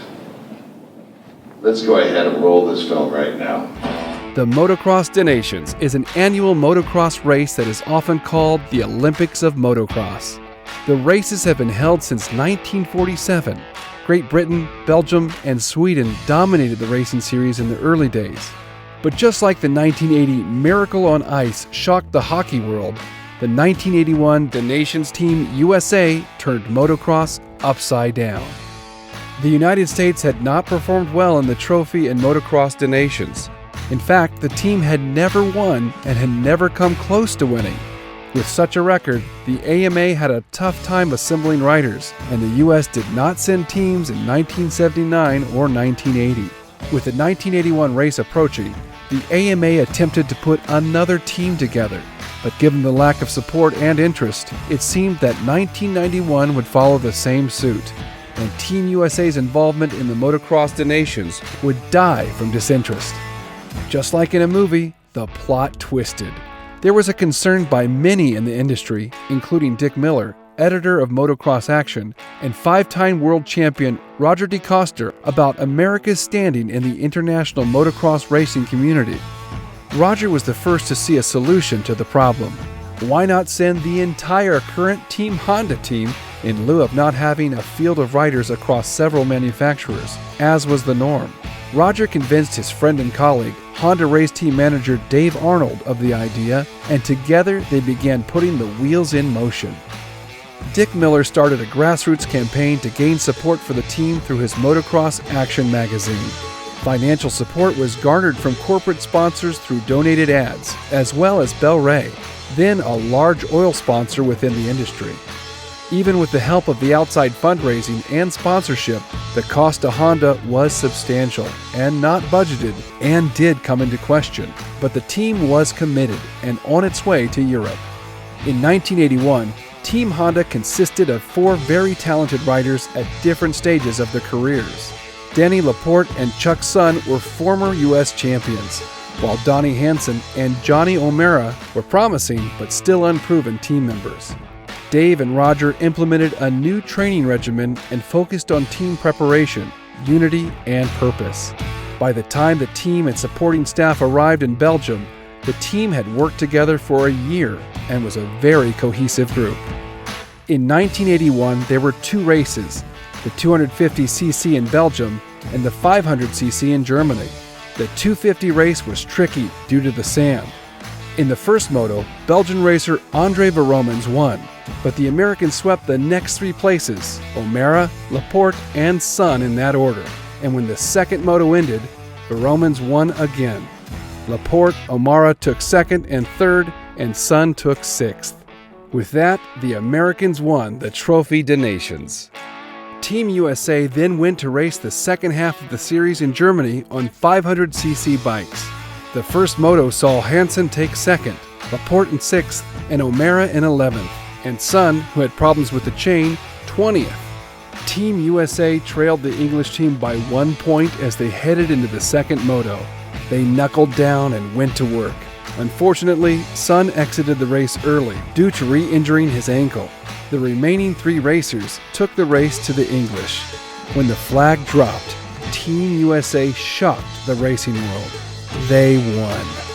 The team's performance rocketed their racing careers and started the Team USA winning streak at the Trophy des Nations that lasted until 1994.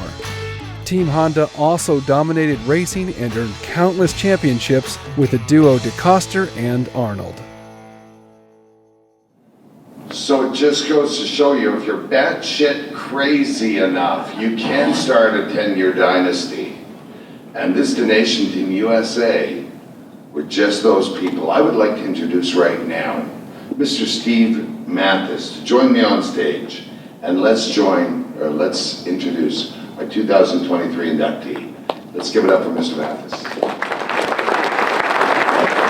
Thanks for having us. Not a big motocross crowd here, but that video said it all, and a lot of my notes were taken from that video, and so I'll recap it a little shorter. This is a great honor for these guys. I don't think you understand what they did in 1981. And for example, the race, the Motocross des Nations, it went back to the same track in Lommel in Belgium in 2012. And Team USA got their ass kicked.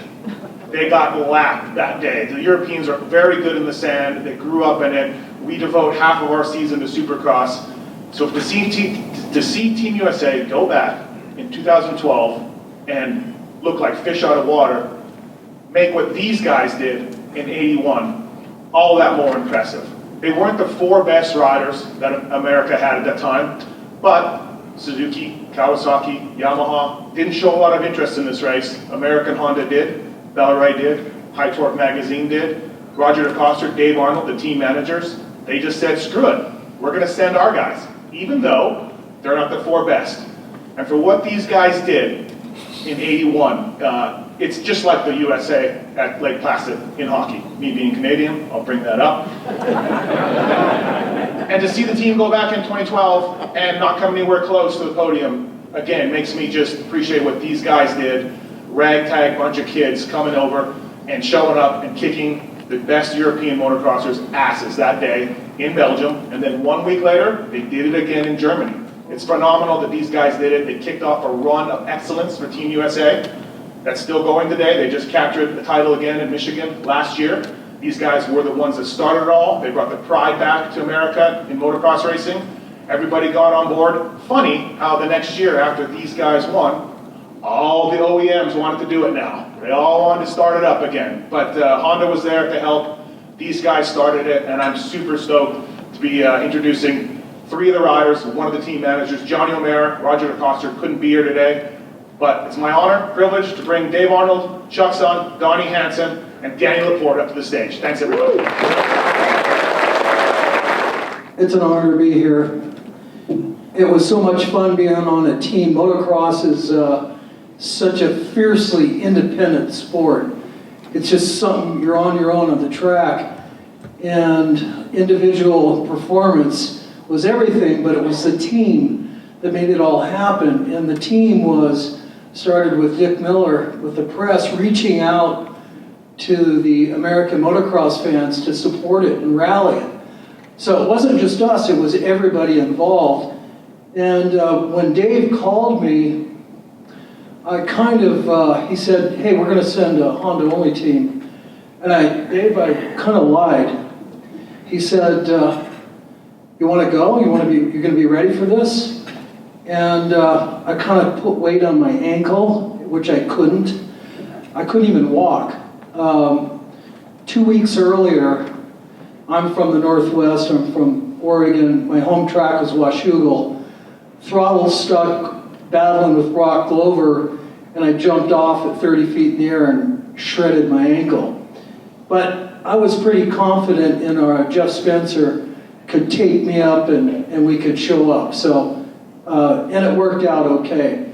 But it was just hard to describe the experience because Belgium is the hub of motocross in Europe, and to win in their backyard and see their expressions on their face was just priceless. I mean, there was rumors going around, the FIM saying, yeah, we shouldn't even accept an entry from the United States. They're just kind of a B team, bro. Let's forget that. And that really fired up Roger. It really pissed him off. And we hung out together, we ate together, we tested the bike, we did fuel, and practice came up and we had the best times, and it just kept rolling. So it was a fantastic time, a great experience to continue to visit, and it's great to hang with my buds, but let them chat a little bit as well. Thanks.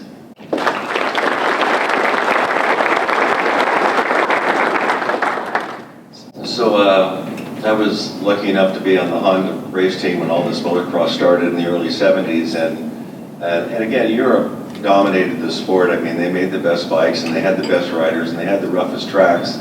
And the Americans that went over there, I mean, there was not enough talent, there was not enough depth in America. There might have been a couple riders that could compete at some level, but the Eagles were such that none of them were really going to work together. It was more about, proving who was the toughest or, the top American at the time. And so the cohesiveness or maybe the team effort really didn't culminate in any sort of us, the United States being competitive. But I went to Europe in 1980 to be Roger DeCoster's mechanic. It was one of his last years of racing. And I'd seen the tracks. I wanted to be in Europe. That was just the premier form of racing, the roughest tracks, the best riders. And I'd seen Romans and all these top guys and how rough Lommel was. And when Roger, the year later, when he goes, we should put together, I came back from Europe and became the team manager, and we really had, it was kind of the bad news bears, we didn't have the top talent at the time. But he's like, we need to put together an all Honda team and send all of our guys because AMA is not going to put together a team nationally. And I was smiling, full of enthusiasm. Yeah, it's a great idea. And I was like, there is no chance in hell of us doing anything like this. But fortunately, it turned out to be the opposite. And it really, it was really a memory, one of my favorite memories of all the years in racing. So, and it was kind of ironic that all these riders had experience in sand that maybe I had discounted. And Danny grew up in Yucca Valley. I mean, all he did was ride in sand, and all these other guys. Chuck had been a former 500 national champion, and Johnny O'Mara and Donnie Hansen, they raced Indian Dunes every weekend. So we were fortunate in a way that was actually on sand, but I thought that was going to be our detriment. But anyways, yeah, I'd really like to thank everybody. It's really a pleasure to meet everyone and meet so many legends here. We know a lot about everybody here, just besides motocross. So, I'd like to thank Honda for the opportunity and the Sturgis Museum. It's really fantastic. I visited yesterday, so really get to know everybody. I just had a great memory, and I'd really like to thank the industry for my everything I've actually had up until now. So thank you very much.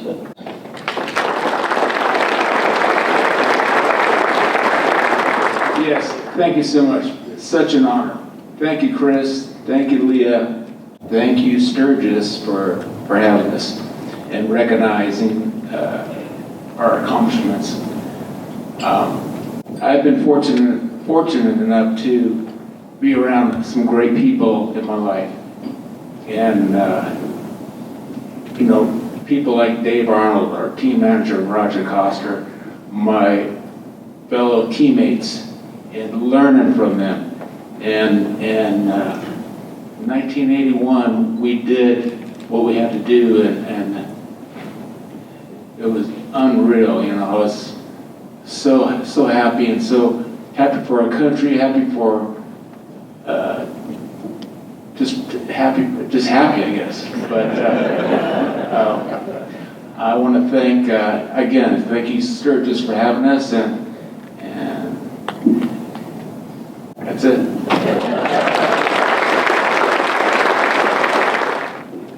This is truly the American motorcycle Miracle on Ice.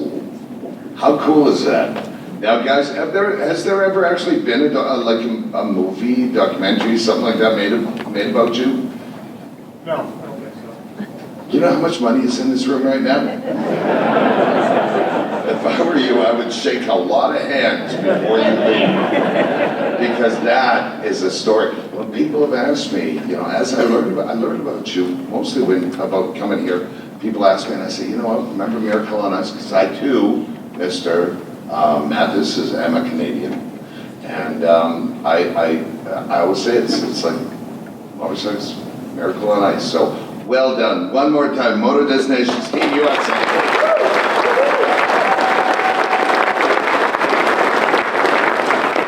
Now, the Sturgis Motorcycle Museum and Hall of Fame have a special recognition for those in the industry who have passed, and we didn't have time to recognize their accomplishments.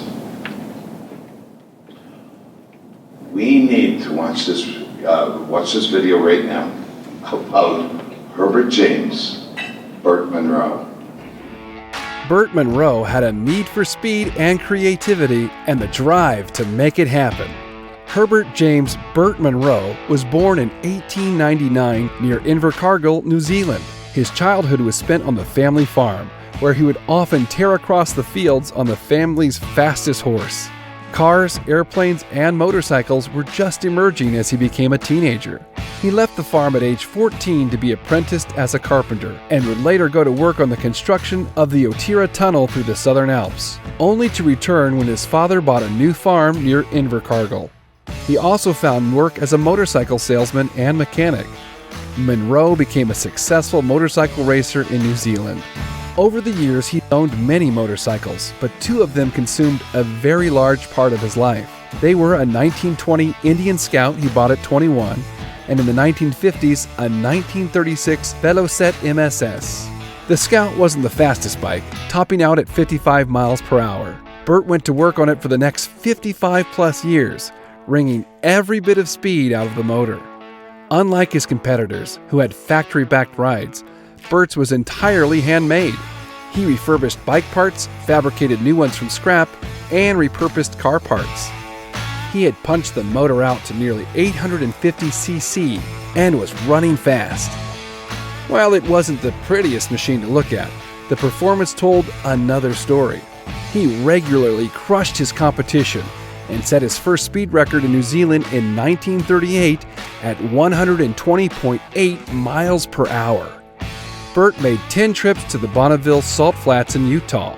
While the first trip in 1957 was sightseeing, every other trip was for racing, and race he did. The following are some of the records he set.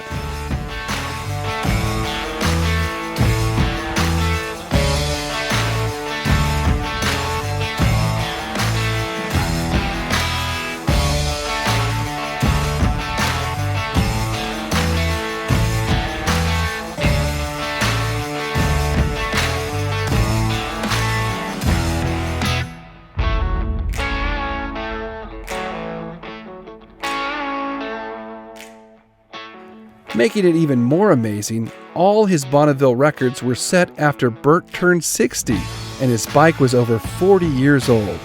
his 1967 record still stands. A quote attributed to Munro summarizes his zest for life. You live more in 5 minutes on a bike like this, going flat out, than some people live in a lifetime. Burt passed away in 1978.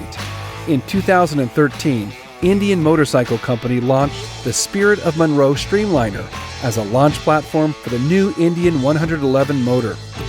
In 2017, to celebrate the 50th anniversary of Munro's record, Indian modified one of the new Scouts to run at El Mirage and Bonneville. This bike was piloted by his grandnephew Lee from Invercargill, New Zealand, who set 3 class records at El Mirage and Bonneville. And of course, you remember the movie World's Fastest Indian. This is insanity what this man did and spent all his time doing this. What a love and commitment to what he did. Speaking of love and commitment, we've got a gentleman right now, a very modest gentleman who possibly knows more about Indians and Indian history than anybody I've ever met in my entire life. I would like to introduce to the podium right now, Kiwi Mike Thomas.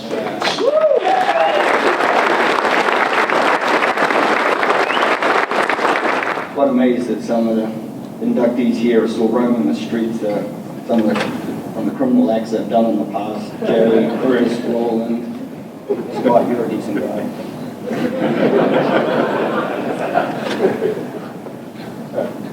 Bert would say spectacles, testicles, watch, wallet. There he'd probably start out his day if he left his cabin. It's quite an honour to be here and quite humbled to talk a bit about Bert. Bert was quite a character and he was a big influence to many, including myself and my late son Russel. We were deeply involved in the making of the world's fastest Indian movie, and the whole setting was the 60s. And Honourable Salt Lads, the way Roger Donaldson, the director, sets things up, he's period correct. And one of my regrets in life is I never got to meet Bert Munro. I was up top of the North Island, he was at the bottom of the South Island. I got him, bought my first Indian in 1978. I was 18 years old. He passed away then. But I heard all the stories about Bert, but actually being involved in the movie and as deep as was out there in the setting, there was nothing else. I mean, everything was period correct. The building of things, the timing of the hut, the vehicles, just the whole set was the 60s.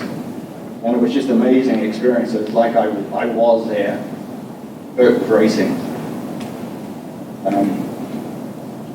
We fired up his Streamliner, the motor, for the very first time at Wendover. Our Grand Central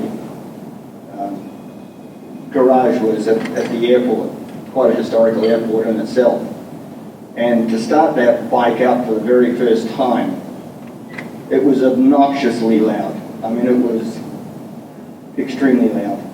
And then the whole world, just everything went quiet. And it was like Bert's spirit lived. It was there. He's quite an influence on a lot of people. Something, one of the things we all think that here in America we're going to have a lot of money to do the things we want to. Here's a guy, come from New Zealand. There wasn't any money down there. So you had this dream of coming to America and go racing at Bonneville's Salt Flats. And that's something us Kiwis have, is we have a can-do attitude. We set our minds to something and we accomplish that. I actually found that race body I come to America in 1982. I was 21 years old. I found that race body. It was in Lyle Parker's shed. I was stretching my money as far as I can to go around the world, but we didn't even get down to negotiating money. But it was pretty cool to see it that it's restored. There's a lot of stories around Southern California, run by guys like Dan Reese, Michael McCloskey, Jerry Cooper family. Sammy Pierce had a lot to do with the bike. The stories, probably the most common denominator that kept coming up is he would always be out, you know, staying at different people's places, but it was the wives of the people that invited him there that said he had to go. And then he'd be out on the street corner or down at the motel, and somebody else would drive by and say, hey, what's this guy, what's Bert doing out there on the sidewalk? And they'd pick him up and he'd go and stay there for a few days.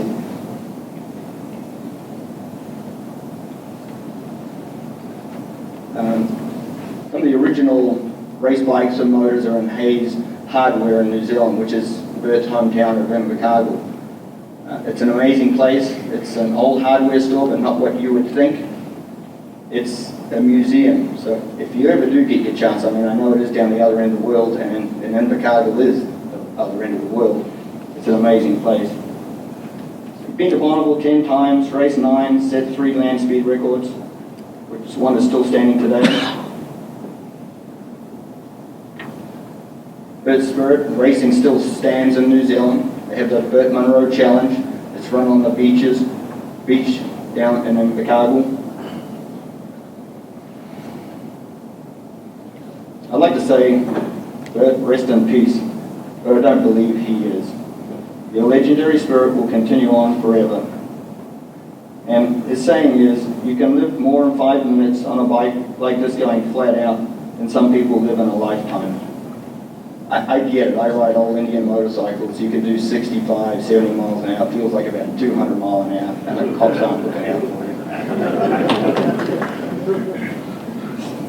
you. Rest on. And what we'd like to do right now is introduce granddaughter of Bert Munro, Robin Munro. Come on up here, Robin. Everybody, give her a warm welcome. She's nervous as heck.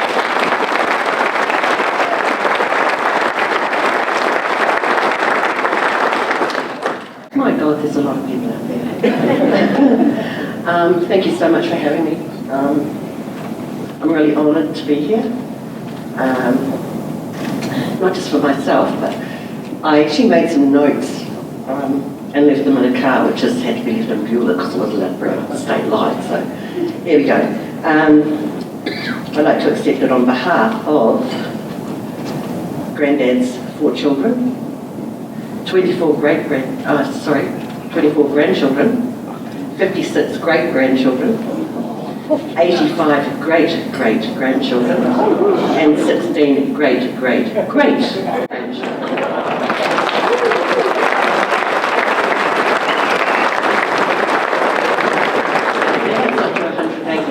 I'm sure I had 188, so I'm missing a couple there somewhere, I don't know. Growing up, I thought all granddads were like that, you know. They just went off overseas and did strange things and raced motorbikes and came back, and the dinner conversation was always, you know, got up to such and such a speed, saying so many miles an hour, and then the wobbles start setting in. So how are we going to fix that? And that was the conversation. I can't actually remember him talking about anything apart from his bikes. He used to take us to school sometimes, and he'd say, come on, you girls, get in the car, we'll take you to school. I'd go, oh, God, no. It was a terrifying experience. He thought he owned the road. I guess in a way he did, but unfortunately, no, none of the other motorists knew that at the time, so there you go. You know, for a guy who bought a motorbike that was supposed to do a top speed of 55 miles an hour and ended up doing over 184 over a period of about, I think it was 47 years or something. Figured out that for each of those 47 years, he increased the speed of the bike by 3 miles per hour. And that's pretty awesome if you think about it. Yeah, he was definitely crazy. A really special kind of crazy though.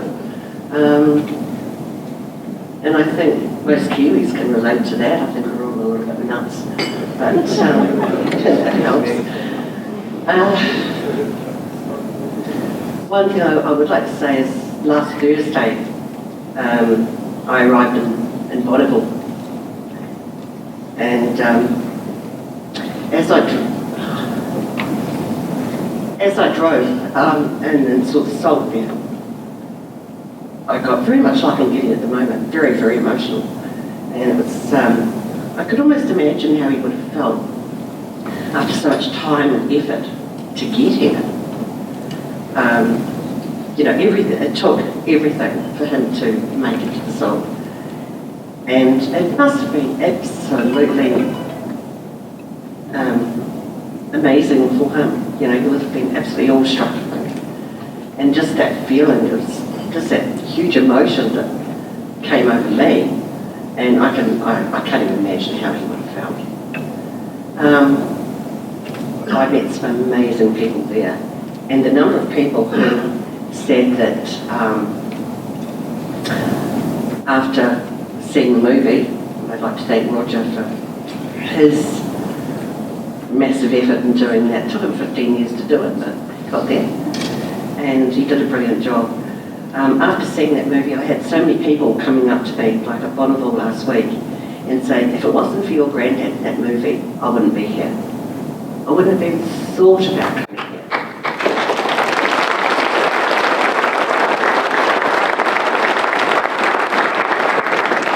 The fact that he's inspired so many people, and maybe some of you in this room as well, I find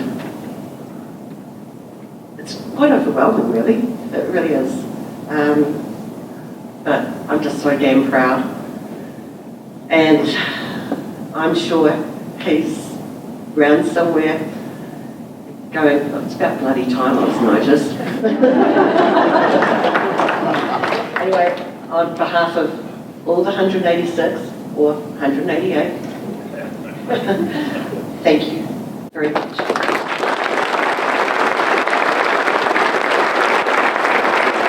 Cars over on the other side of the state. I've got a very good Kiwi friend, real gentleman, and he will, Nick Trask said, he will put you on the back of his bike and he will get you back to Wyoming faster than you've ever been in your life. I promise you that right now. We've got actually another special, special distinction award. We have something called the Freedom Fighter Award. Without people that fight for our freedom, without having our freedoms, we no longer become Americans. We no longer become bikers. We no longer become free people. So we're going to have this next inductee brought up after this video. But let's go ahead right now and roll this video, please. Russel Radke was born in 1960. His father was a serviceman, so the family moved often. The family settled in Henderson, Nevada after his father retired. Russel was a Cub Scout until the scout leader, his mom, kicked him out of the group. He began riding mini bikes, then to a 305 Honda Dream and a 650 Triumph. It was a hardtail and had a racked out Springer front end and C-bars. It took all 4 lanes to make a U-turn on that bike, but he sure looked cool doing it. After high school, Russel partied, worked, partied, got married, partied, got divorced, and partied. He found himself raising 2 children after his divorce. By age 35, he had failed 2 programs to get clean from a 20-year addiction. July 7, 1995, Russel's life changed when he accepted Jesus. 3 days later, God delivered him from drugs, and he's 28 years sober. In December 1999, he joined the Soldiers for Jesus MC and later became chairman of the Las Vegas Confederation of Clubs. Politics entered his life. Russ said, "For so many years of rolling dirty, I put on a patch and I'm getting pulled over like crazy. I kept thinking to myself, can't they read Jesus on the patch?" He had great mentors in his foray into politics, Fred Harrell and Deb Batista. Russel became the state representative for the MRF in the late 90s. In 2014, Russel stepped in with the MRF as club rep to the board. After the shooting in Waco in 2015, 2 projects launched, the Motorcycle Profiling Project, or MPP, and a rapid response organization made up of motorcycle club members, the National Council of Clubs, or NCOC. Russel is a member of these organizations. The following are 3 of their accomplishments at the federal level. This legislation shows state lawmakers the need for anti-profiling legislation. The MPP survey results show increases in motorcycle rider profiling where there are no anti-profiling laws. Russel says that this success is a result of SMROs, the NCOC, and the MRF, and dedicated members uniting for motorcyclists' rights. Russel is proud of his 25 years in the Soldiers for Jesus and the MRF. He thanks his wife Stephanie for her support. He's very humbled and grateful for this recognition.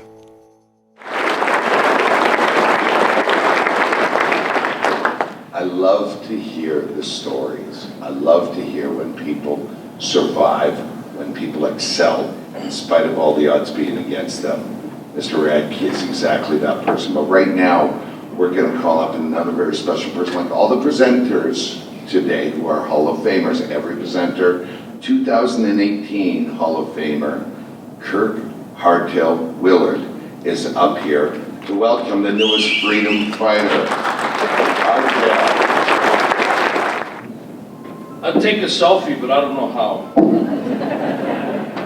First off, thanks Leah and Keith and the Museum and Hall of Fame Board for giving us freedom fighters a home in the heart of motorcycling, so thank you for that. Talking about heritage, at my table there's a 16-year-old and a 76-year-old adopted grandfather of his that rode 1,000 miles on her in their own bike. So, as long as we have money, internal combustion engine, we can keep this thing going. So, Russel Radke. When I think about Russel Radke, the description comes to mind, leaders, leaders lead at the point of need, right? Leaders lead at the point of need. So not surprising, right? He's become the International Vice President of the Soldiers for Jesus Motorcycle Club. Been a long-time Motorcycle Riders Foundation board member. On the steering committee of the National Council of Clubs. Incredibly instrumental in the Nevada Coalition and the Nevada Motorcyclist Rights Organization. So that's what leaders do, right? But that's what you expect leaders to do. What sets Russel apart is a couple of things, right? His passion and his ability to bring people together is incredible, right? When I first met Russel a long time ago, he had hair and he had long hair, I had short hair. We talked about what do we need to do in this movement, right? We have motorcyclist rights groups over here, state ABATEs and all those things. And we've got the Motorcycle Riders Foundation, we've got clubs, we've got the National Coalition of Motorcyclists, we've got independent riders, and we're not on the same page. So he came to me and said, we have to unite this movement. I can help do that. And he coined the phrase, bridge the gap. We have to bridge this gap. So he made it his life's mission, as long as I've known him, to work that mission, right? Let's get the State Motorcyclist Rights Organization working with the motorcyclist clubs in their state. Let's get all of them to Washington, D.C. together.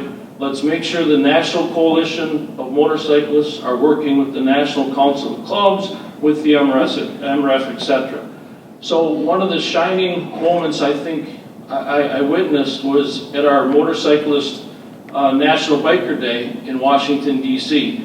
So traditionally 300, 400 people show up on one day in Washington, D.C. We walk the halls of Congress to make sure they understand why they shouldn't profile us, or why we need fuel, or why we need right to repair our vehicles, why we need preservation of motor vehicles, etc. And I'm standing on the second floor of the Senate building, of the Hart building, and I'm watching patch holders, about 100 patch holders, walking through the halls of the United States Congress, carrying packets with state motorcyclist rights members, hand in hand, going into offices and educating our elected members of Congress together, and you saw the success of that, right? A lot of that credit, a majority of the credit for that, for uniting this movement, bridging that gap, getting state motorcyclist rights groups, national groups, the MRF, Motorcycle Riders Foundation, all working together to the betterment of motorcycling for all of us, is Mr. Radke. Russell? Oh, crap. There's a lot of people in this room. Thanks, guys, for wearing yellow. I appreciate that. It's a joke. It's a joke. I'm still trying to figure out how I got here. First of all, I want to thank the Lord for changing my life so I could be something productive.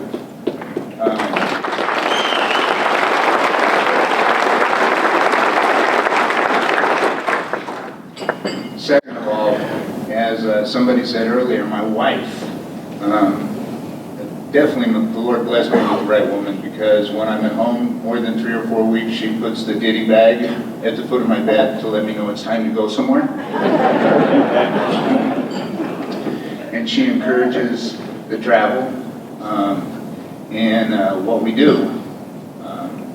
This really isn't about me. This is about what we've been able to accomplish by uniting, right? And fighting for the freedoms and the rights that we have, that they're trying to take away. When I came into this position 10 years ago, 9 years ago, for the MRF, it was because Stilray had his second or third bad accident and could no longer perform it. And he had joked with me for years that, you're going to be the guy. No, I'm not. Not interested. I just wanted to ride my motorcycle and tell people about Jesus. And then when he had the accident, it was like somebody needed to take the job so that the position didn't get lost. And that position is the club rep to the MRF. Most people don't know, but the clubs were very much active in motorcycle rights organizations starting in the beginning. And so I took the position. Somewhere in the first couple of years, it got wrote into the bylaws that you have to find an equal replacement or die. I've lined up 2 people, they both quit the club. So I think I'm going to die here. It's funny, but it's not funny. And it's funny because I wrote some notes and then left my cheaters in the car. Some people can relate, right? We've been instrumental in profiling. We have accomplished the things that needed to be accomplished so that the states now have what they need to move forward. And now they have enough to move forward that if they don't get some laws passed in their state, it's because they don't care and they don't want to, because they have the tools that they need.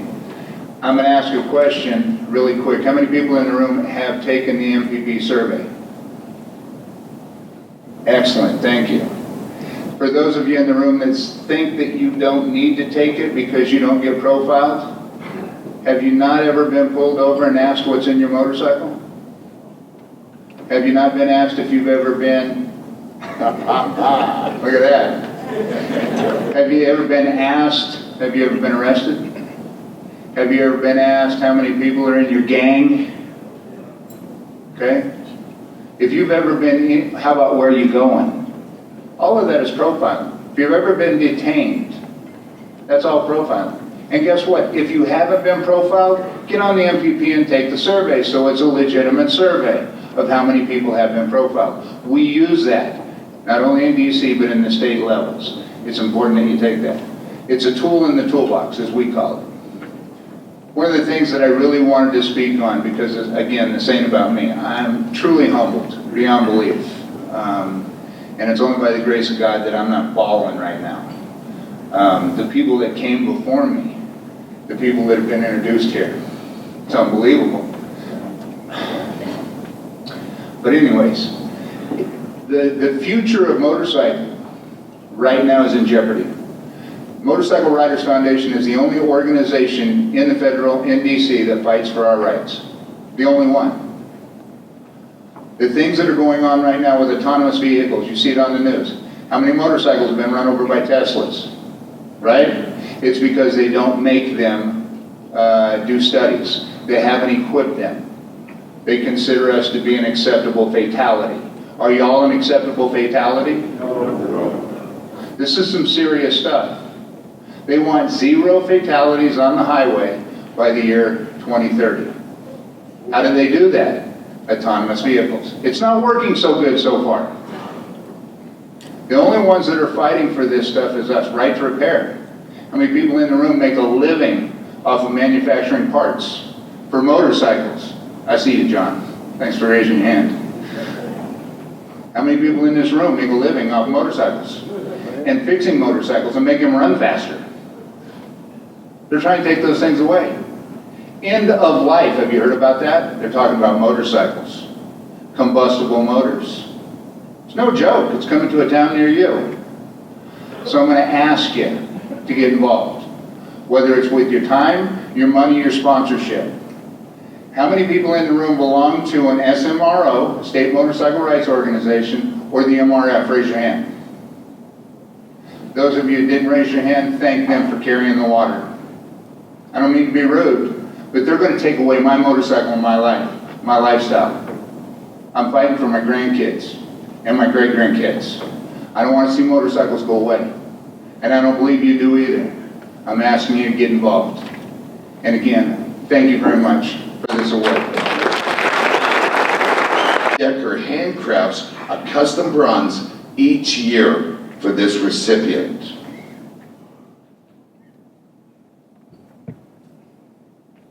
I am so honored to announce Donnie Smith as the class of the 2023. Hang on. Ireland Nest Lifetime Achievement Award recipient. And we're going to take a few minutes to watch Donnie's video. Over the decades, custom motorcycling has seen good times and bad. Motorcycle builders have been on the top of the heap and relegated to the back alley.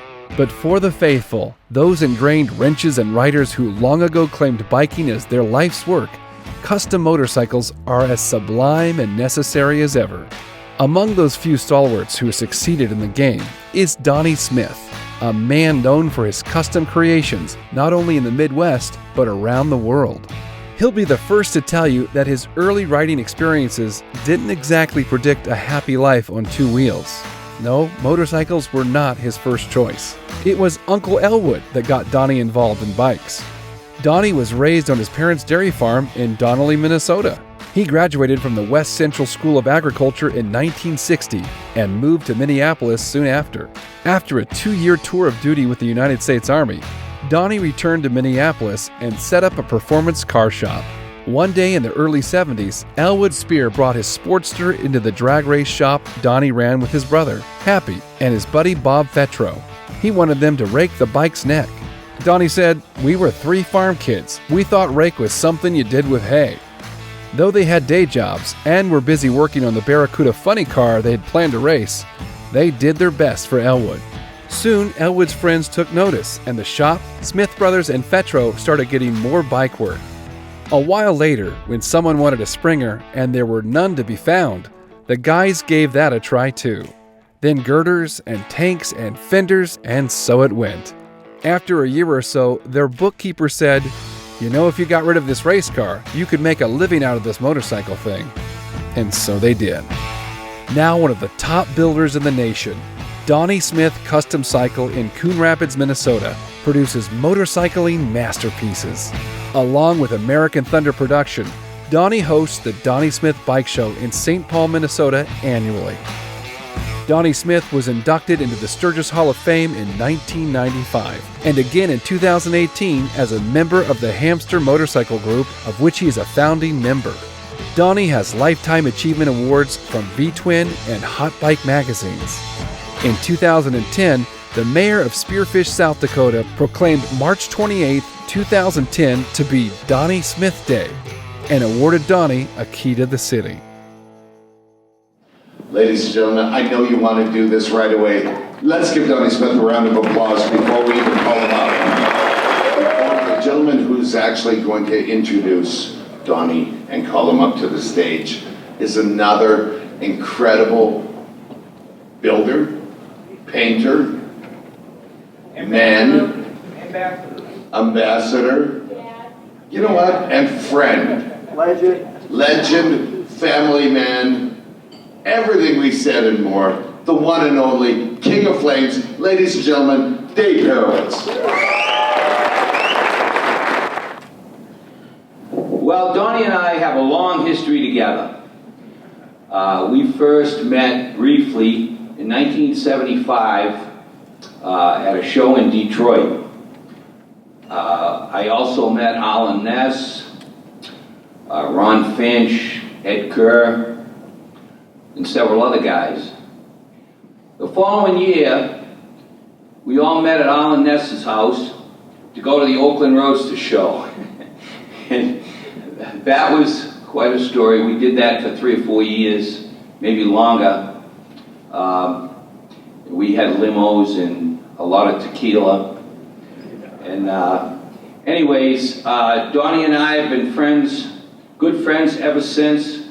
We've traveled together, done a lot of bike shows together, a lot of events together, a lot of riding together. He comes out and stays with me. I go out there and stay with him. Donnie's continued to build first-class, top-quality bikes. And at 81 years old, he's still doing it strong, coming up with cool shit. And Donnie Smith certainly deserves the Alan Ness Achievement Award.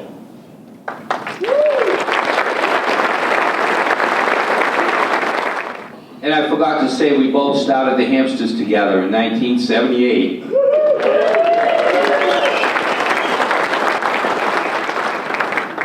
I guess I'm gonna have a hard time with this, but I'll do my best. I'm very, very honored to be up here. I've got tons of friends here. I want to thank the Ness family for the award. I know Bev is here, the boys are here, Sherry's probably here too, and all them. And I'm just...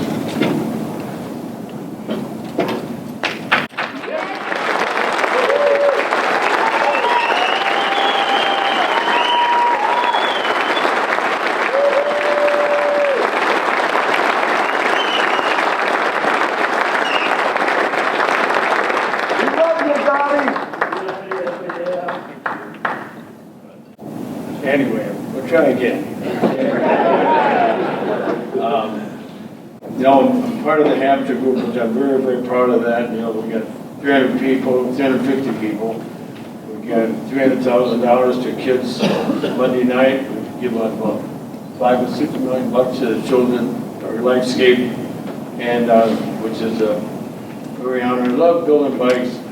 Raised on a farm with no electricity and no water to start with, but we made it through that. I went to this college for farm kids, which I thought was, I only went to school 6 months a year so we could farm, And I got into racing cars, gas coupes and sedans, which only the older guys don't know what that's all about. Coupes, Willis coupes, sedan. Got into funny cars for 4 years and kind of heard the story about the accountant and, been doing it ever since, still riding. Bought a couple of new bikes just lately, which they go, you still buying bikes? I'm not giving up, I've been here 51 years to Sturgis. Yeah, never missed it.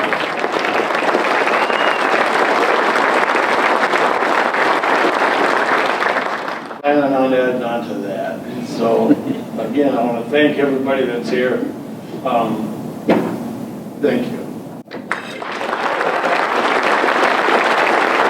Ladies and gentlemen, we're going to be closing our program, but we do want to make sure that all of the Hall of Fame inductees hang out and please come up to the stage after we close out here, folks. I'm going to tell you all, and Chris Callen, you really got me when you stood up here.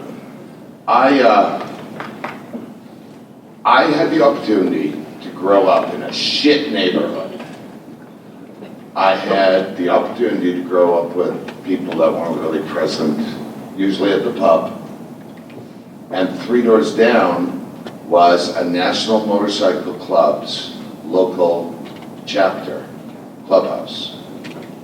By the time I was 10 years old, I was cutting their lawn. And when shit got bad at my house, they fixed it. I had the greatest uncles in the world. And if it wasn't for these guys, these dirty old bikers, riding motorcycles, I would not be standing in front of you today. I would not have my beautiful wife and family.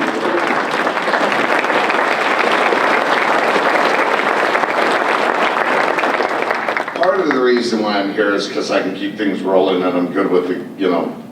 But the big thing is, the reason I'm here is because you guys are my wife, myself, all of our family. On behalf of my kids, my grandkids, and everybody involved in Bikers Against Bullies USA, thank you, because if it wasn't for you, there would be none of that. Ladies and gentlemen, Leah, on behalf of the 2000, did you have fun? Did you have fun? Yeah, thank you. Isn't it great? Having Bert Munro's granddaughter here, isn't that cool, right? So, Nick Trask, give her a ride, baby, give her a ride. Yeah. On behalf of 2023, Sturgis Museum and Hall of Fame, thank you for coming to this banquet. We love you, we want you safe. Keep doing what you do, because there is nobody in America that pays it forward more than the American biker. Everybody, we're closing this out. God bless. As Jay Allen says, shiny side up and rubber down. Have a great Sturgis, folks. Thank you so much.